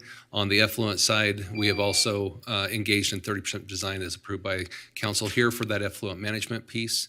When we look at overall sewer planning, we look at in the sphere even of what we have in that area when we do the planning. And so we are going to from 2 to 4 million gallons. It's anticipated that we'll be going from 4 to 6 and even 6 to 8. And the overall long-range planning could be as high as 9.3, I think, at 9.2. It's really a timing question because we've seen, I mean, people will tell me, they're like, I was up there, 6 months ago and there's more warehouses. I didn't see them. So we know these people are going when they're going. Right. And I want, thank you. I'll have one more question. Just pause that. I would just want to ask you. Go ahead, Councilwoman Dorr. Yeah, thank you. If you could come back up. No, I'm sorry. Yes, our staff. So you mentioned that the buildings, each of them would be over 500,000 square feet. We would anticipate anyway, it looks like there's potentially some smaller pad areas, so they could Okay. be smaller. I think we're going to see a Okay. variation. And And then then- we'd see probably up to 1 million square foot buildings. Oh, in really? those areas, And yeah. then what about the parking? What are we looking at parking wise? So parking will come under our Reno Municipal Code parking standards, so they will be required to, I don't have those, and it really depends on the development and what's happening and what So they're we don't proposing. even have a rough number. But they will have to meet all parking standards. I get that. I'm yes. just looking for a number. It is hard to say without knowing the actual Okay. development of So what would this be goes back developed. to our manager. So the way this is structured in here, and I want to propose a change that they're offering this, and so I want to accept it with a slight change, but not the change I'm about to tell you. The change I'm about to tell you, Mr. Manager, is that apparently our staff and planning think about electric vehicle charging stations in terms of size of building. And that's why I'm asking these questions about the size of building. However, nationally, state of Nevada, Southwest Energy Project, they all deal with it in terms of parking spots, okay? And it's a ratio. You got so many parking spots, you put in so many, chargers. So the challenge for me for evaluating this is that, like, for example, in Nevada, every 100 parking spots would have 15 chargers installed. Every 100 parking spots, 15. In Denver, which they've adopted a code, that'd be 5. Okay, Nevada 15, Denver 5. In this project, it says 2 per 100,000 square foot building, and if we have a 500,000 square foot building, that would be 10. And these others are per 100 parking spots, not for your whole property. So I'm pleased that we're making steps. It's just that we're using the wrong units of measurement here.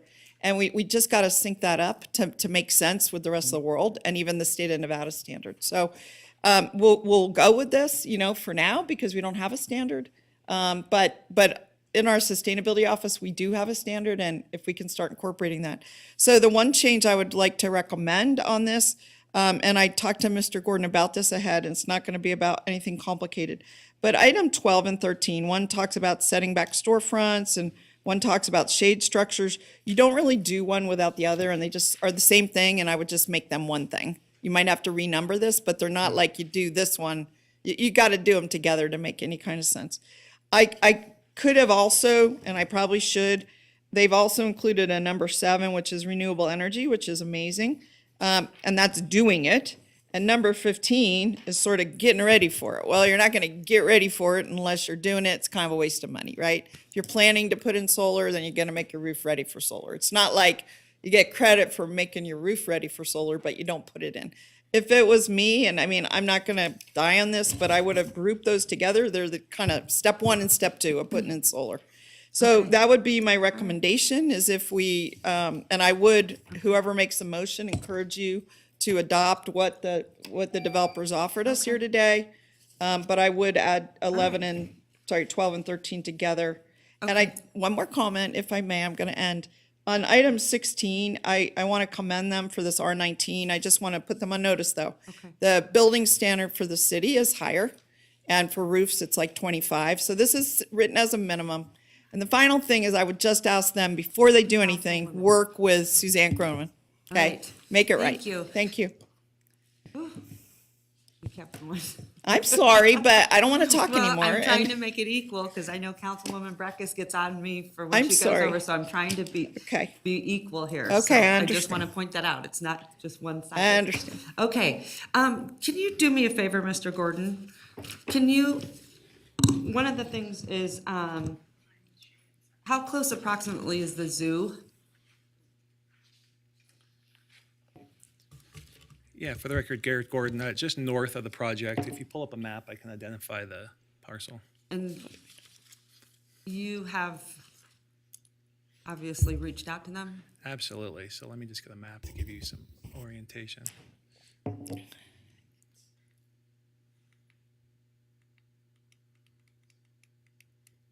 There we go. So the zoo property is located approximately this area. You can see after working with them, we did redraw our plan to add an almost 300-foot open space zone, the master plan buffer.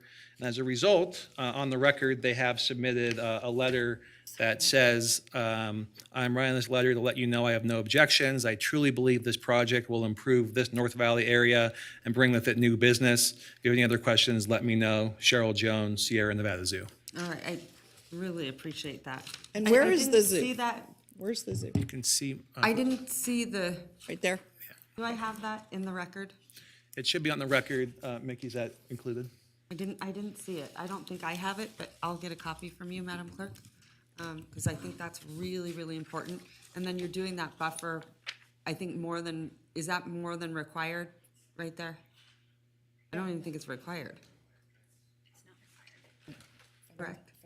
Go ahead, yeah. Brooke Oswald, Associate Planner for the record. So no, at this time, they're not required to do that. What they've done is integrate that into the plan. And as you can see, that green that kind of runs around the perimeter helps to provide that buffer. That ranges from 100 feet to 1,000 feet, being approximately, as Garrett Gordon stated, about 300 feet. Then the roadway, then we would see development. Okay, because I think that's really important. And then, Mr. Gordon, will you do me a favor? Will you, I just want you to go through these sustainability initiatives for me. Can you run through these? No problem. So you should have it before you. It's 2 pages. So sustainability section 1A. So for all buildings, all the plants should be native, drought resistant with low pressure emitting drip systems. Before it was voluntary, but now that's required for all buildings. Section B are these 5 elements are now required for all buildings that are equal to or greater than 100,000 square feet. And to answer Councilmember Dewar's question, we envision most, if not all, the buildings will exceed 100,000 square feet, except for that gateway area driving in, which will include cool roofs by use of light-colored membranes with an initial solar reflectance of 0.68. That actual 0.68 came from the Planning Commission. The next one would be in warehouse lighting consisting of skylights, LED lights, and daylight harvesting is important. Number 4, the night cooling through the use of air units that pull in outside air at night to cool off buildings from day to day. That's a requirement. Also, again, this was voluntary before, but now it's required that we include 2 parking spaces to be EV installed. That's not just the conduit, that's the actual complete charging station per 100,000 square feet. So you'll get numerous of those spaces depending on all the different building sizes. And finally, another requirement for all these larger buildings, interior water use to be 20% less than the code minimum. So a very drought specific condition by utilizing a combination of water conservation systems and appliances. And then talking with Councilmember Dewar, the idea would be to work with the sustainability manager on some of her ideas of how to accomplish that. So those are all required for the large buildings.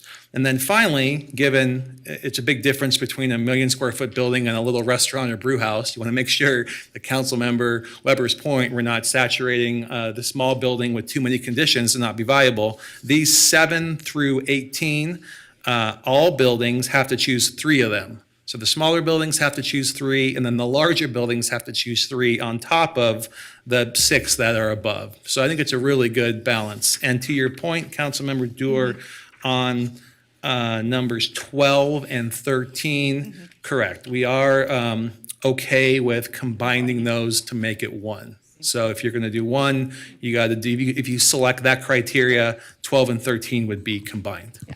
Great. And with that, again, I'll just reiterate, appreciate the sustainability manager's input and happy to work with her as we move forward and hopefully setting a good benchmark for future projects that come before you. All right, thank you so much. I just wanted that on the record. Thank you. Okay, we've been through all of our rounds. I'm going to send it over to Councilwoman Weber to give me a motion, please. Wait, I have additional questions, and I'm going to ask for a suspension of the rules so that I can ask these additional questions on this annexation. We're going to then go into the next item. So, Well, no, I still have questions on the annexation, the 10 factors of annexation. Well, we're going into another round on a different item. So I still have I guess if questions we on the want to suspend annexation. the rules, go ahead. Do I have to make a motion to suspend the rules? You typically would. Okay. However, I think you can agree to suspend the rules, but what I wanted to mention is I need to read this ordinance. Oh, yes, go ahead. C1, so. Wait, hold on. Go ahead, Carl. All righty. Mr. Hall, go ahead. Thank you, Madam Mayor. then Ordinance you introduction. weigh in. Bill number 7203, case number ANX 22-00001, Red Rock Road, Trail Drive Annexation. Ordinance annexing to and making part of the city of Reno certain specifically described territory of 12 parcels totaling 44.74 acres, generally located to the southeast of the intersection of Red Rock Road and Trail Drive. The subject site is located outside of the City of Reno sphere of influence and has the Washoe County Rural Residential Master Plan land use designation. Subject site has Washoe County zoning designations, which include 41.57 acres of high-density rural and 3.17 acres of public, semi-public. Ward 4. All right, thank you so much. I appreciate that. Okay, Councilman Weber, what would you like to do? I think it's a lot cleaner if we do one and then the next one so people can follow it. That's me personally. I'm happy to make a motion to suspend the rules, but I'm going to let me know. I thought, if there was a motion on C1, for example, then there'd be discussion pursuant to the rules. So then that would give another opportunity to council members to speak on the item. Sure. Makes sense. Okay. Okay. So- Motion on the first item. So you go ahead. Motion on the first item, but that's the item that Yes. I believe that she. Yes. Okay, so we'll get to talk again. Yeah. Okay. Thank you so much. Well, first of all, I'd like to thank Jean Harris, who came and spoke, and she has been absolutely awesome about our community in the North Valleys. And I just want to say thank you to her for coming forward and supporting this and talking to our neighbors. I think it's been really good. So thank you so much. I also really want to thank Brooke Oswald, because you are doing a great job, and I just really appreciate all the work that you've put into this.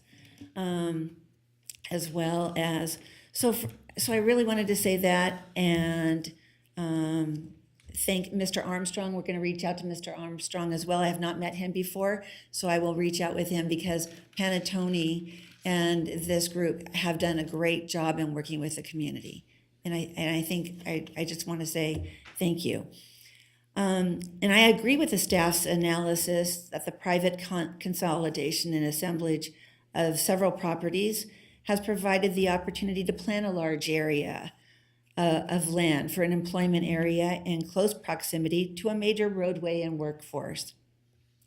In addition, the proposed project area is approximately a half-mile northwest of the developing logistic industrial employment corridor on North Virginia Street, and will leverage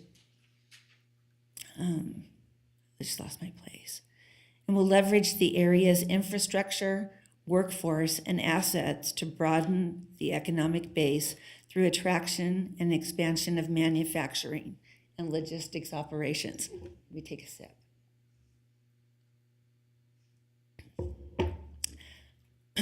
I also agree with staff that the request is compatible with the surrounding zoning districts and uses. There is availability of public services, utilities, and infrastructure, and the request is consistent with the master plan.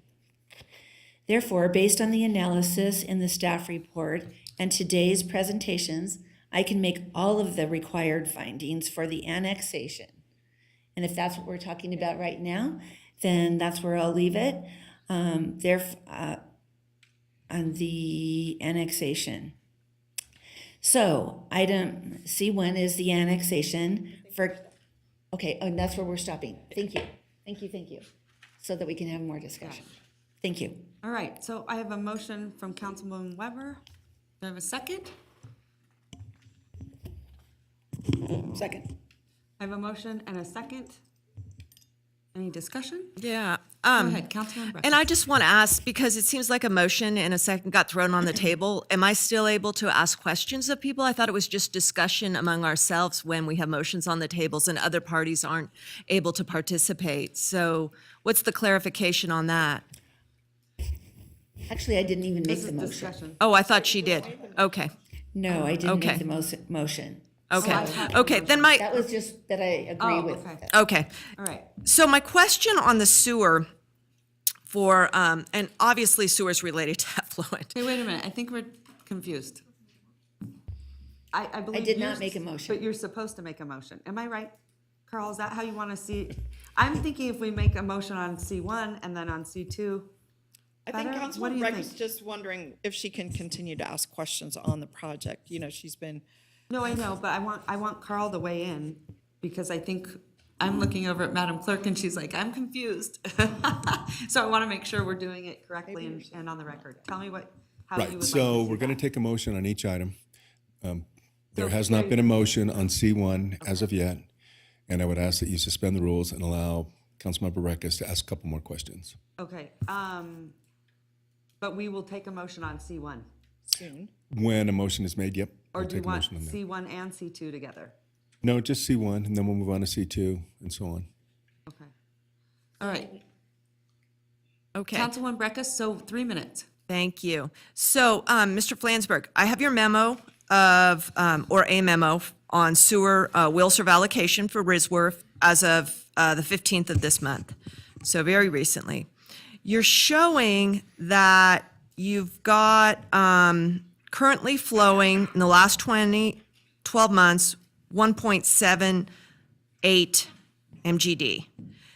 But when I added up what you have as your allocation list beginning of January 1, 2021, which I presume are folks who are, they can hook up. And then when I add in your projects and plan review, and then I add in what we're calculating for this project, if it is a project of regional significance, I looked it up myself in the regional plan and the NRS, and that's 187,000 MGD. And I presume if we send this over to regional planning as a project of regional significance, they get to come in on that list of guaranteed too. You're over 2 million. And I thought we weren't going to go over 2 million. And I'm just tell me a date. When is the 4 going to go live? And when are you going to be able to take the effluent that goes with the 4 above what's going in now and put it in and do something with it? What are those dates? So by the council, when you ask the dates, we actually have up to 2.5 million that is available, potentially be served. This council is only allocated at this moment in time, 2.125. Okay. And so that's where we stand today. We have that excess capacity that we can tap into before we have the effluent management system in place. And we're looking at 2024, 2025, early 25 to have the effluent management system in place. Oh, thank you. Okay, so I appreciate that. I want to be very clear with the council. We're out of capacity, and we are not going to have it in time for these people to build. They are going to be ripping very fast on a build, and we are not going to have the MGD of the expanded plant ready to go until 24 or 25. I don't understand how we're going to be able to manage that effluent. I guess you think the shave is going to pull off more, but I just don't see it. I really do not see it. So explain to me again, because I've got a 2,016,000, and you feel under all current considerations with the shave and all, you'd have to come back to the council to ask, you can go up to 2.5? That is correct. Okay, so we've got 450,000 gallons still going, and I didn't count into, there's 1.5 out there in future projects, and so those aren't in there. So 1.5 if you take the shave. When we allocate sewer capacity, it's at time of permit. And it's a first come, first served basis under the allocation program. Once 2024, 2025 comes into place and we have all that capacity, we can open up to 4 million gallons, the allocation program will go away. Thank you very much. So for the record, are we out of capacity as Councilwoman Breckus asserted? We are not at a capacity. Thank you very much. At this time, we'll turn it to Councilwoman Weber for a motion. Thank you so much. So for case number ANX 22-00001, based on an evaluation of the annexation considerations in the Reno Municipal Code, I move to approve the requested annexation by ordinance with direction to establish ward boundaries as follows. Annexation of 12 properties totaling 44.74 acres with the APNs listed on page 3 of the staff report. I move to refer the applicable bill for a second reading and adoption. Thank you very much. We have a motion. Do we have a second? That was the motion. Okay, we have a motion and a second. All those in favor say aye. Discussion on the motion, please. Okay, discussion? You know, I am very concerned about this sort of annexation, creating islands, marching into unincorporated counties with hard land use oppositions. We'll get to those. Industrial next to residential, real tough. Outside of the program of annexation, creating islands that create response problems for public agencies. But the sewer, which by my calculations is $2,016,000.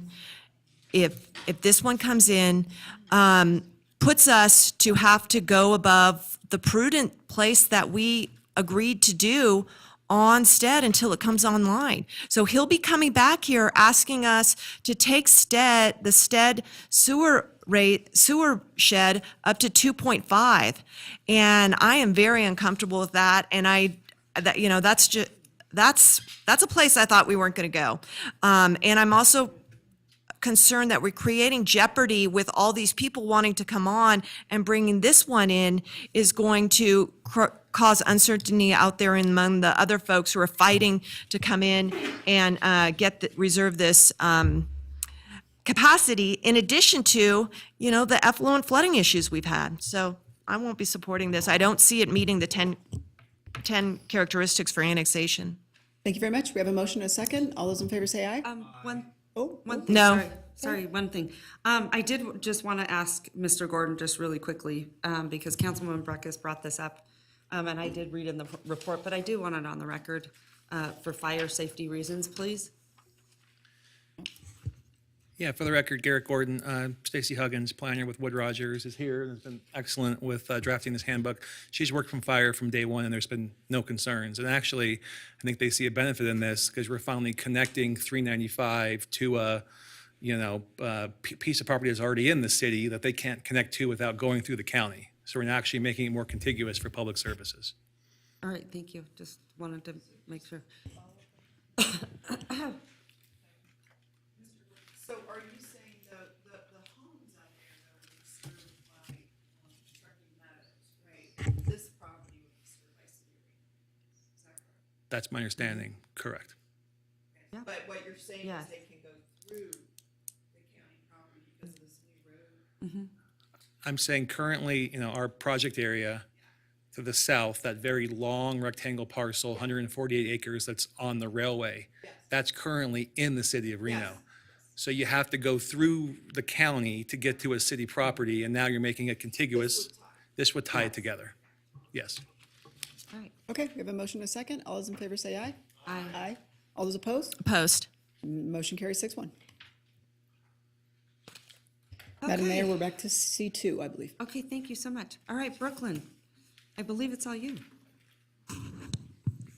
Brooke Oswald, Associate Planner for the record. Once again, we did those presentations of the annexation and the master plan amendment as one. So Anything you I'm wanna- happy to go through that, or if you do have questions, we can go ahead and Okay, move through thank those you. questions on the master plan amendment and Councilwoman zoning map. Breckus, I'm going to start. Yeah. There is a very interesting statement in the plan, in your staff report to the Planning Commission. And you're saying that we have something called the structure plan. It's the broad areas identified in the master plan. And this land, and I'm not sure if it's 100% or all, but it's within the foothill neighborhood. And you mentioned kind of a throwaway sentence that if we approve this, then we need to change the area to, the equivalent mixed employment logistics. So one, is that a procedure that's going to happen, say amending the master plan to allow logistics in the foothill neighborhoods? Or why within the structure plan, are you saying logistics is in a suitable use in the Foothill neighborhood when it's clearly not? Sure. So that Foothill neighborhood on that structure plan is applied per what we have currently there, which is a large lot residential, 2.5 acres per unit, right? Yeah. And so that's applying that Foothill structure plan over that. What we'd anticipate if this is approved and we're seeing this move into more of a logistic employment center, and we have that sort of happening identified in our structure plan to the east and on North Virginia Street, that it would be anticipated that we would see the structure plan being modified to represent this area as a logistics center off of that 395 and Red Rock Road exit. See, I see it differently. You know, Nevada law requires development requests to be consistent with your master plan. And if you're saying logistics is okay in Foothill neighborhoods, then you're not, you know, it's clearly not. You know, you have these mixed employment logistics and you have the Foothill neighborhoods. And so approving one is not in conformity with the master plan because the master plan calls it a Foothill neighborhood. So I think that to follow the conformity construct of the NRS laws, you would have to make that change at this point and propose that to this body at this point. Did you all look at that application and say that a text amendment to the master plan should also go hand in hand with this? As staff looked at it, and what we're seeing out in that area right now is that conformance review happening between our Title 18 update and our master plan is also happening at this time. So that could happen through that process. That could happen through the process of bringing that forward and modifying that. As those master plans are a living document, we would anticipate that it would change, and the mechanism or process to do that could go through different ways, but that master plan would be changed to reflect the underlying land uses that are there or approved through that larger master plan use. The structure plan would be modified. Yeah, I mean, I'll have other questions on this if someone else wants to go. All right, Councilwoman Durr. We started talking about the planning commission. They don't rely on the annexation, so we just did that. So now on the master plan, you said there were four, which is what we're now, there's 4-3 votes. Can you just identify for us what the issues were? Were they just not comfortable? Were they concerned about the residents, the home? Yeah, I think that it was, those were coming down, those master plan, some of those master plan policies of the rural nature of the area, sort of that concerns about the application of that master plan and that. So that was, yeah, we had three members who felt that the change was maybe not, is in alignment with the master plan. Yeah. Yes. So the question I have is, you know, a lot of times when we end up with industrial near residential, like what I've seen us do is put in buffers, separation, and I think I see it on this plan, but I don't know, is it the 300 feet? You know, that's the number I hear a lot, that there won't be anything in that 300 feet to sort of mitigate noise and other issues, but what is here? What have they done? What we're seeing is several buffers around the surrounding three sides of the property. That ranges from 100 feet on the western side to 300 feet, kind of established 300 feet down the northern side to the eastern side is because we have a major drainage way Kind through of there. hard to imagine all this without a map, but, Yeah, but there are buffers on three sides ranging from 100 feet to 1,000 feet and sort of protecting some natural drainages and some other things in those areas. okay, so the zoo, which is to the, I guess I would call it northeast, Yes. is there a buffer? Are big trucks going to go by the zoo? I know they signed off and they sent a letter and that was fantastic. I mean, and you're going to put a fence, it sounds like. Yeah, up along. Not you, There's but, I mean, certain the developer. walls and certain concessions have been made to reduce overall impacts, traffic, noise, light glare. Yeah, I know this has come up on a few projects in my ward, which is why I'm asking. People have been worried about startling animals, whether it be trucks, clapping, amplified sound, all of those kind of issues.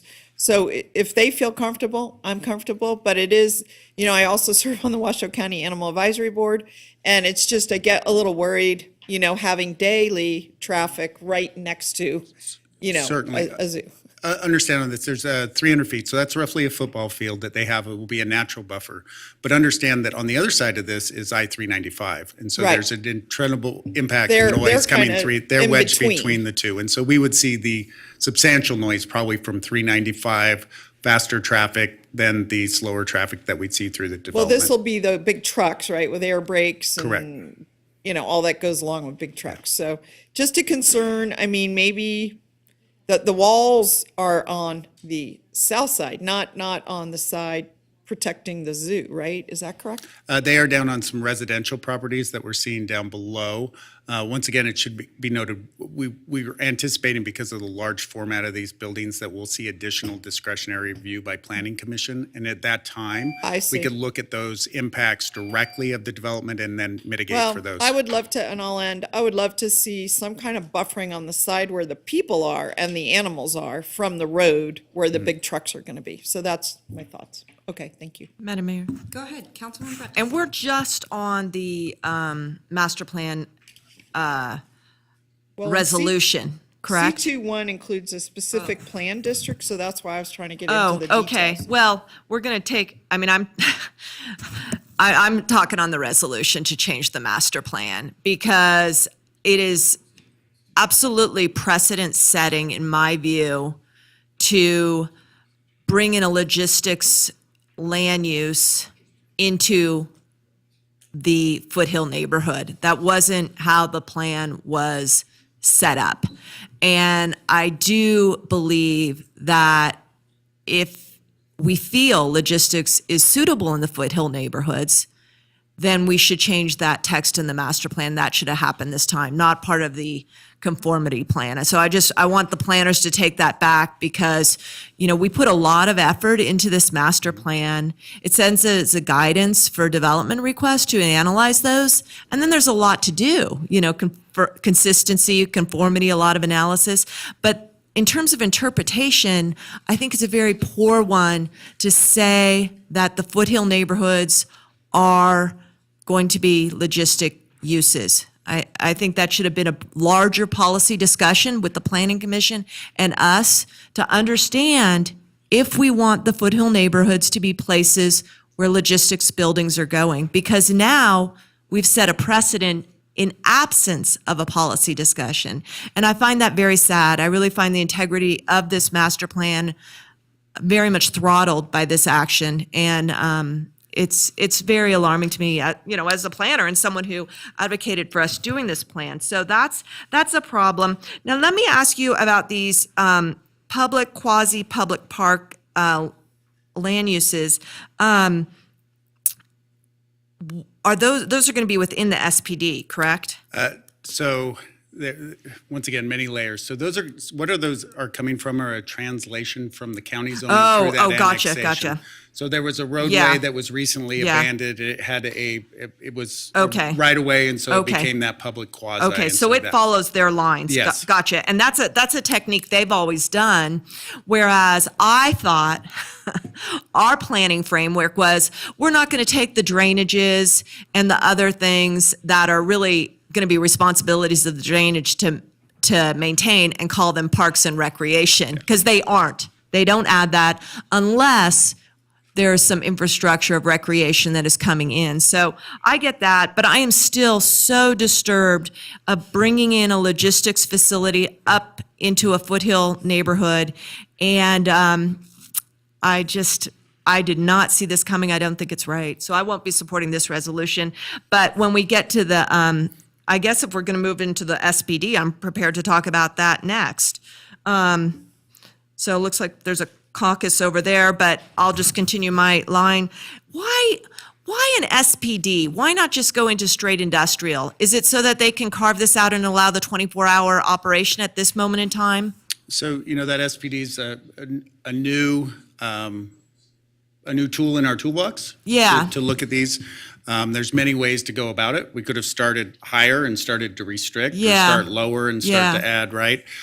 We felt that it was better to take the more restrictive zoning and then add. And then the other advantage to that SPD is to look at a larger area, understanding what was going to happen within that area, and have a little bit more control on how that development happened. So let me tell you my All right, thinking on this. Councilwoman Breckus, Okay. you're over. Okay, if I can go again, I'll have more comments on this. Thanks. So I think, because we've taken this process at a turn so that you could have more time, I think that's where there was some confusion. So, Madam Clerk, I think we're on one more round, correct? So Councilmember Breckus has had 2, Councilmember Doer has had 1. Okay. Councilwoman Dort? I think, I don't One have more? more. No? I think I've gotten most Okay. of it. Any I other mean, council members? I will Yeah. just say, that I will say something. All right, so we've already gone 2 rounds. So with that being said, She said I want one. I would like to ahead. just Go say, I think it's very good that where the complex is, you're putting up fencing, right? To keep the noise inside. At the same time, I have to say this, noise bounces on both sides of fences, right? So what it will do, I'm just thinking, maybe it's a Stacy question. The noise from the road going by, the trucks, will bounce off that fence and send it back to the residents. And I'm just worried about that. And I don't know that walls can be built on the other side, but is that even practical? Could you just address that? Do you understand what I'm talking about, first of all? Stacy Huggins for the record. I do. Is it possible to pull Garrett's presentation back up just so we can have an exhibit?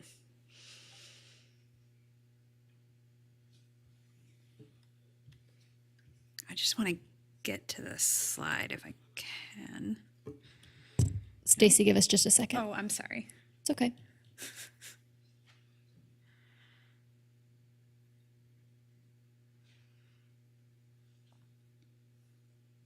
You're set. Good. Okay.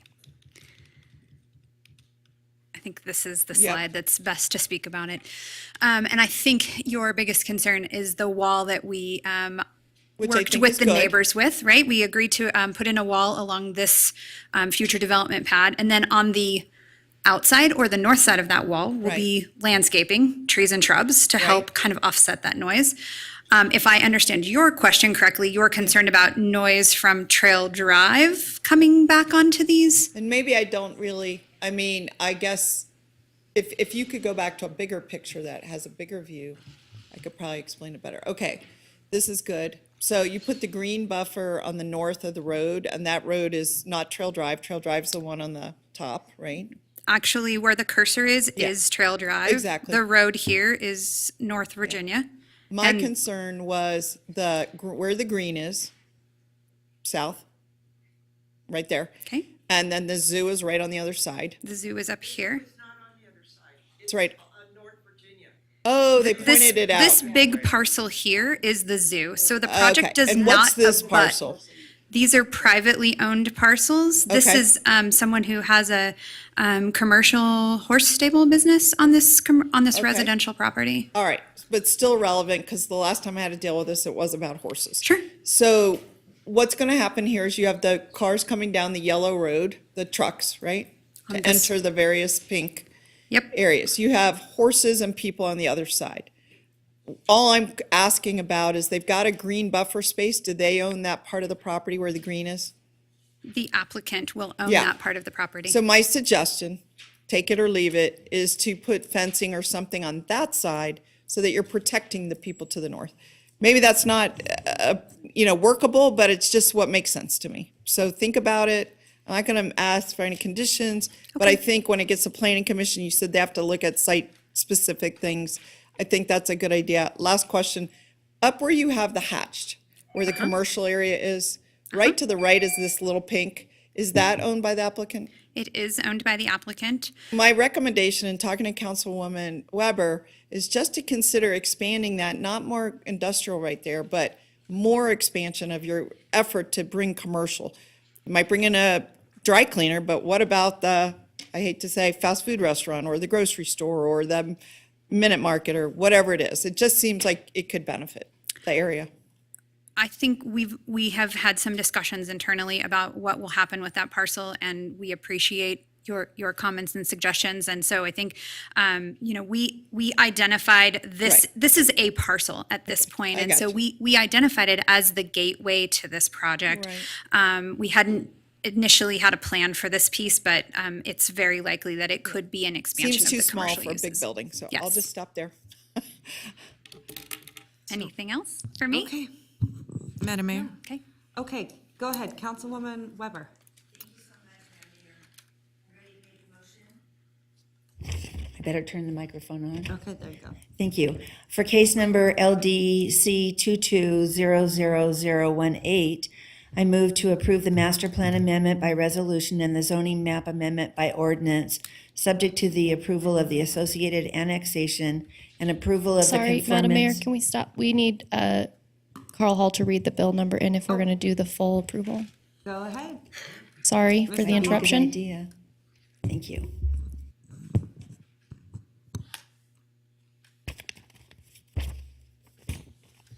So, Madam Clerk, are you talking about C23? Yes. Okay. I didn't know we were on that item yet, but anyway, ordinance introduction, bill number 7204, ordinance to amend Title 18, Chapter 18.02 of the Reno Municipal Code entitled Zoning, rezoning plus or minus 207.35 acres of large lot residential, 2.5 acres per dwelling unit, and plus or minus 3.17 acres of public facility to plus or minus 210.52 acres of specific plan district. The 210.52 acre site is generally located to the southeast of the intersection of Red Rock Road and Trail Drive, together with other matters which pertain to or are necessarily connected therewith. Ward 4. All right, thank you. Okay, go ahead, Councilwoman Weber. If it's C23 that we're I I think thought we're I on was doing- C21. No, C21. C21. That's all right. Go ahead. Next time, we're We've going to already take voted these in on order C21 because No, by we taking them out voted of on order, C1. it's really messed up the process. C1. So So I sorry. apologize, Councilwoman Weber. apologize. We won't do that again. We will keep it to how we It's- usually it's- run the meeting. I'm so It's sorry. not confusing. It's all right. Go ahead. She just Okay. got her numbers mixed up. No, Okay. I know, but it's probably, So C21 There you go. is, let me ask this, master plan zone change and project of regional significance. Okay, thank you. For case number LDC 22-00018, I move to approve the master plan amendment by resolution and the zoning map amendment by ordinance, subject to the approval of the associated annexation and approval of the conformance review by Truckee Meadows Regional Planning of the associated master plan amendment. all right, thank you. I have a motion. I'll second. I have a second. Thank you. With Go the ahead, second. Councilwoman Dewar. Yeah, I would like to add the sustainability conditions that the applicant has proposed, because I think they go with the SPD, which is part of this motion, with the one change that Mr. Gordon agreed to, which is combining item 12 and 13. And with the second proviso, many of these are drafted as minimums, and therefore there's an opportunity to consult with our sustainability manager on what the best course of action is. So I would just ask for consultation. And then 3, last thing is on item 18, where it's all about conduit. I'm just going to put in a pitch when you go consult with her. It is incredibly less expensive to put in the conduit when you're putting in the parking lot, not have to tear it up 2 years from now. So when you're consulting with her, please talk about that. The state would require 40 sites of 100 to be conduit ready. Denver would require 10. I think you're doing 2 per 100,000. It's very hard to equivalate those, but it's worth the conversation. They don't want to have to tear all this up later. So, do it while the getting's good. So, anyway, adopting this recommendation with consultation of the sustainability manager. Thank you, Okay. included in that. Thank you. Okay, thank you. So I have a motion. I have a second. Councilwoman Dewar, you had your words. What? Councilwoman Breckish. Yeah, thank you. Just like Mr. Hall wasn't tracking what item we were on, I feel that I was deprived my opportunity to also ask on the zoning change. I had concluded my line of questioning on the master plan resolution, but I was deprived an opportunity to ask on this massive zoning change. So I'll just comment on it right now, because I don't understand that. I believe that once a motion is made and on the table, that it's just this body talking. I am having a problem with the zoning change to specific plan district. Specific plan district, it's a new tool, but it's actually an old tool. And it's an old tool that worked very well, but then it became abused, and it saw that there was too much spot zoning, if you will, to use that term loosely, contract zoning. And I advocated for it to come back, but, and I haven't seen it come back in a way that caused me pause, but this one really does, and I'll explain why to the council.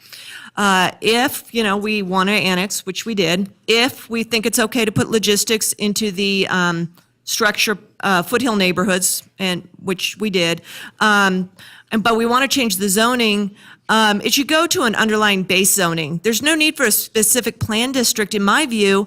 Actually, the precedent very recently in this area shows quite the opposite. We've been doing industrial, commercial developments all along this North Virginia corridor, completely to the south, for 3 years now. So bringing in a specific plan district, I don't see that it adds anything more. As a matter of fact, I see that it gives a great loophole in there, and it's going to allow 24-hour operations. And I'm very concerned about that. We have, it's just, I cannot understand why we're adopting a specific plan district, and I'm just calling that out as one item in this, because I, did not get to go through my line of questioning. But a 24-hour operation right here, as right, not a discussion by the Planning Commission, in the corridor, North Virginia corridor, closest to the most neighborhoods. Maybe you could, I just don't get that. And then you have this zoo use there, 24-hour operation. As a matter of fact, I think I've looked very recently in the intakes, and one of the big boxes, one of the distribution warehouses that has come in, is asking now, coming back separately for 24-hour ability. Some have been restricted to 24-hour, and we're just carte blanche giving it out right now. And I'm very concerned about that. That is going to cause problems, and it's what I saw in the SPD under the slideshow by the presenters. I also want to talk about the sustainability. There's a lot being done in sustainability, and what's been offered up today is greenwashing. Some logistics development areas are giving air filtration and noise mitigation solutions to impacted homes near facilities. Some are giving, having to electrify their logistics equipment from trucks to forklifts. None of that is on here. So we're not following best practices in sustainability on this. Obviously, we don't have a sustainability ordinance. That the council took a pass on a while ago. But when we're adding them on in one project, let's add the best that we can, and I don't see that those were added in by this amendment to the SPD. But I'm very concerned about the 24-hour on the zone change. Thank you. So I'll be voting against this. Madam Mayor. Yeah, a question on that, and it's really for our staff. So we have been so careful on these kind of logistics centers, to orient them so the trucks come in and out and the noise goes a certain direction, to restrict 24-hour in certain places where it is near residents. And could you just address it? I mean, what's the opportunity? When it comes back for more detailed planning, is that when a noise ordinance, or does this guarantee them? I mean, I want to make sure I understand. As far as, and so if those projects come forward and they don't hit those triggers for additional discretionary review, so we'd anticipate that would mostly be for our cuts of over 20 feet and our fills for over 10. They would move forward under our current code and what our current code does. We do have sound ordinance in place with those residential units. Those do come into the building permit, and we have additional walls required between uses, orientation of loading docks and loading areas. And so there's a number of other things we have within code that we start to analyze and look at when we have a specific project come in. Okay, but it is 24. Yes, they are allowed, what they have done, that, we do allow 24 in our industrial zone. The ME does not allow that. What they've asked, it's an industrial light, so they get a lot of the constraints of those uses of the mixed employment, restricting those heavier industrial uses of grinding plants or asphalt plants. So it's more based on that. But they do want that 24-hour because of truck traffic why they were coming and doing going. an SPD was that they had a mix of this commercial retail combined with the industrial. That was my understanding. Was that one driver for the SPD? Yeah, I think that is a portion that it provides, that ability not to rezone and to get them the other, it provides those ability to implement sustainability standards or more enhanced buffering. Additionally, it provides a look at 200 acres as kind of a master plan versus seeing it coming in parcel Piece by by parcel, piece. piece by piece, and understanding the infrastructure and everything in place. I like the use of the SPD. You know, I really do. I advocated for the change back. I think when we have this opportunity, it is everything's incumbent on us because it's all going to be in the handbook. And if it's not in the handbook, we've missed that opportunity. So I think, when we do get these SPDs, it's really good to, you guys might have to take extra attention, spend a lot of time with all the nuances because you're kind of once and done. So I'll just leave it there. I'm still supportive, but, I wanted to understand about this 24 because we have been very concerned about it in the past. Yeah, and that would benefit both those commercial uses that we'd anticipate off freeway. You may see 24-hour use of Like a gas station. or food service or something else of that nature, yes. All right, so I have a motion and a second. Go ahead, Councilman Reese. Madam Mayor, I'll be very brief. I just want to say, in response to an unkind comment, I don't think this is an example of greenwashing in any way. Ms. Dewar worked incredibly hard on some of these standards, as did Ms. Groneman. And Ms. Dewar's, I suppose, more polite than I'm feeling today in that regard, because the truth is that the things that were asked for and advanced through this process, because I asked a lot of the same questions when I was inquiring, and what I was told is that Ms. Dewar had already addressed them. And so we don't have the opportunity, of course, and the public understands that we don't deliberate in that way privately amongst one another. So when I ask a question of an applicant or of staff and they say, good question, but it's already been dealt with, Ms. Groneman and Ms. Dewar have done the work. It is curious to me that that comment was made, and I just felt it was inappropriate. Moreover, I suppose in any sustainability effort, you can't do everything. Sometimes the doing everything starts to go off the rails because it makes a project not pencil, or maybe it's not technologically feasible yet, but you do what you can with each project. And each of those things adds to, I think, a very important statement that our community has made about the sustainability and resilience issues. So, tearing down the efforts of either a colleague or Ms. Groneman, I think is inappropriate. So I'll just say, I think that many of the standards, and I suppose I should thank the applicant's representatives, many of these things that were in the sustainability, although I'm not an expert in some of the building codes, like Ms. Dewar mentioned about the R19 installation being a minimum level. Yeah, we want them to go above and beyond. Minimum is the minimum. We like things to go beyond that. And so I thank the applicant and the representatives for working with Ms. Groneman so closely, and Ms. Dewar, especially in that regard. So those are my comments. I'm prepared to. And thank you, Mr. Reese. I need to give the credit, though, to the Planning Commission. This didn't start with me. All we did, Ms. Groneman and I, was put some finishing touches on, seriously. And to your point, we just need a kind of a standard path for everyone, so it's not sort of one-offs, right? We need to have this sustainability plan adopted, and we're all working from the same page. So thank you for your comments, but I gotta also throw it to. How long did you work on it? A number of hours. Okay. Quite a few hours, but. And we appreciate that. And okay. I'm sorry. Okay, probably 10 hours, but I mean, I'm sure other people worked on it longer, No, but I'm sorry that other council members degrade that, and that's not okay. And thank you, Councilman Reese, for bringing that up, for being kind and recognizing the work that you put into it. It does mean a lot, so. Got it. Madam Mayor, Can I just say something as well? Thank you so much. I appreciate all the work that you did on this, as well as I want to thank Panatone. Right. These folks are out in Ward 4, all up and down 395. They've worked hard. They are very willing to work with folks. They go beyond everything that I've seen in the production and what they've been doing. So I just want to say thank you to Panatone as well, because they're willing to do 100%. more. It's not required. It's not Exactly. required. I mean, at the end of the day, that's my main point. Nothing's required, and they're coming forward to do it. And thank you to the Planning Commission too for even asking, right, the question. It's Yes. really good. It's a partnership. Thank you. And Brooklyn, for all your time, and Absolutely. honestly, I know I see your car way past the time you should be here at night, many of our staff. So I know you guys care and you do a great job, so I appreciate it. Because it's really easy to make a project sound like a monster, and that's really, really unfortunate when thousands of hours go into it, lots of work, lots of dedication, like you just talked about, from everyone involved.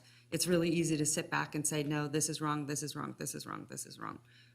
But it takes a lot of work just to get here, and I just really want to thank our staff, so thank you. Madam All right, Mayor, so we have a Madam motion Mayor, and a second. All Madam- those in favor say aye. Aye. All those opposed, motion carries. Madam Mayor, may I say something? All right, we're moving on. May I make a comment, Madam Mayor? I think we're going to take a break now. We're going to go into lunch. That's 12, pardon?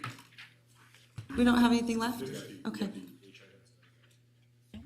You want to get through 'em? Okay. Right, so right now we're on ahead. C22, so I'm looking for a motion regarding the resolution, approval of the resolution, subject to conformance of review by the Truckee Meadows Regional Planning Commission. Can I just make that motion? I move to approve the resolution subject to conformance review by the Truckee Meadows Regional Planning Agency. I have a motion. I have a second. Discussion? Go ahead. Yeah, I want to comment upon this working on the project concept. I have concerns when we have applications that have certain considerations of, and this one is borderline, in some areas it is, in some areas it isn't, but that individuals in our seat get involved, whether it's in side meetings and, I'd like this language or that language. I think it biases us on a decision when we ultimately are sitting at this table. And I think it's not fair, deliberative, transparent processes. So I don't engage in that generally. On a zoning change, on a master plan, maybe, but on an SBD that assigns a lot of property rights, like the right to 24 hours, I just choose, and I believe it's consistent with the best advice that we've had legally, to not be worker bees in terms of what's drafted before us and have conversations and quote, work on the project to make it better. I think really that's staff's job, and then it's our job to sit here unbiased and uninvested in what's come before us. Thank you. All right, Vice Mayor Jordan. Thank you very much. I completely disagree with what the council member from Ward 1 says. I think it's our obligation and our duty to our constituents to be involved from the outset of these projects in order to make them better. By not involving yourself in them and being part of the process and collaborating and communicating, you are doing a disservice to the constituents and the community by completely putting a wall up and then throwing rocks at it when it comes before us. Engaging initially allows you a conversation to make things better. That is part of our job. It is our job. We're elected to do that. All right, so now we're moving on to C23, and I'm looking for a motion to refer Bill number 7204 for a second reading and adoption. Thank you so much. I'll make the motion to refer, I'm sorry. Call for the vote on C2. I thought we did. So all those in favor? Aye. Aye. All those opposed? Post. Motion carries. Okay. Go ahead. I move to, if I may, I move to refer Bill number 7204 for a second reading and adoption. Second. Thank you. I have a motion and a second. All those in favor say aye. Aye. All those opposed? Post. Motion carries. All right.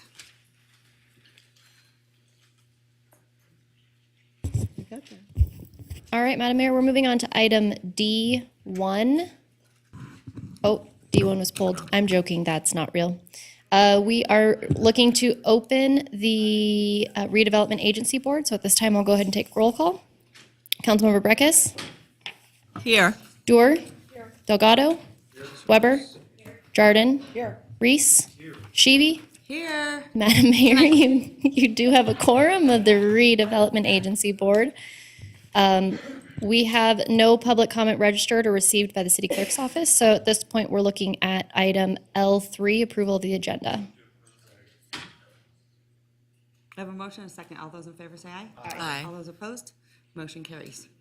Item L4, approval of minutes for January 26th. I have a motion and a second. All those in favor say aye. Aye. All those opposed? Motion carries.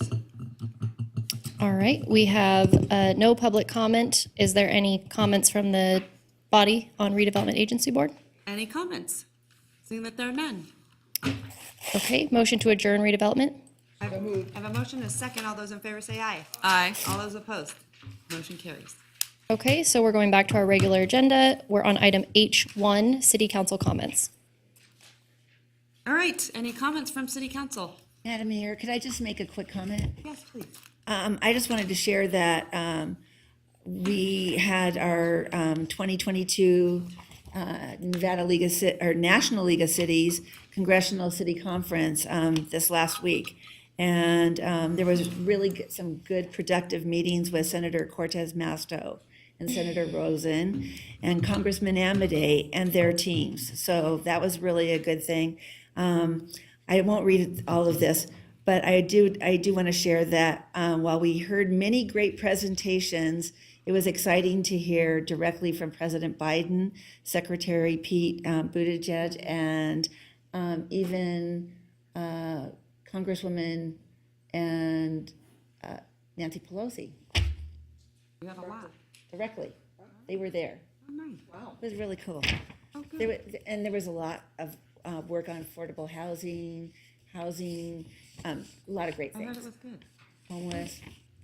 All Great. right, that's fantastic. Okay, any others from council? The only thing I would say is congratulations, it'll be the first city of Reno's river cleanup. It's the first city sponsored in the city of Reno. I want to make that clear. It's not the first river cleanup, but it's the first of city of Reno sponsored river cleanup. Councilman Breckus, did you want to say something? I'll wait for you to be done. Okay. And so I just want to say thank you. We have a lot of volunteers coming out on Saturday and, show up, and we'll be meeting right down at the park at 9 o'clock. And this is one of many that we're all going to be sponsoring and getting out there. So I hope to see all of you. Councilman Breckus? I don't have any comments, Madam Mayor. Okay. All right. Councilman Reese? Nothing? Okay. All right, Madam Clerk. All right, thank you, Madam Mayor. We're moving on to item J, which is our closing public comment. We don't have any registered at this time. However, it should be noted that we did receive one comment of concern, which has been distributed to the council. Additionally, we have a voicemail which has vulgar content in it, will not be played at this time, but has been distributed to the council as well. So I am just looking for a motion to adjourn. All right. I have a motion. Second. I have a second. All those in favor say aye. All those opposed? Motion carries. All right. Attorney-client. We're going to go into attorney-client. Okay.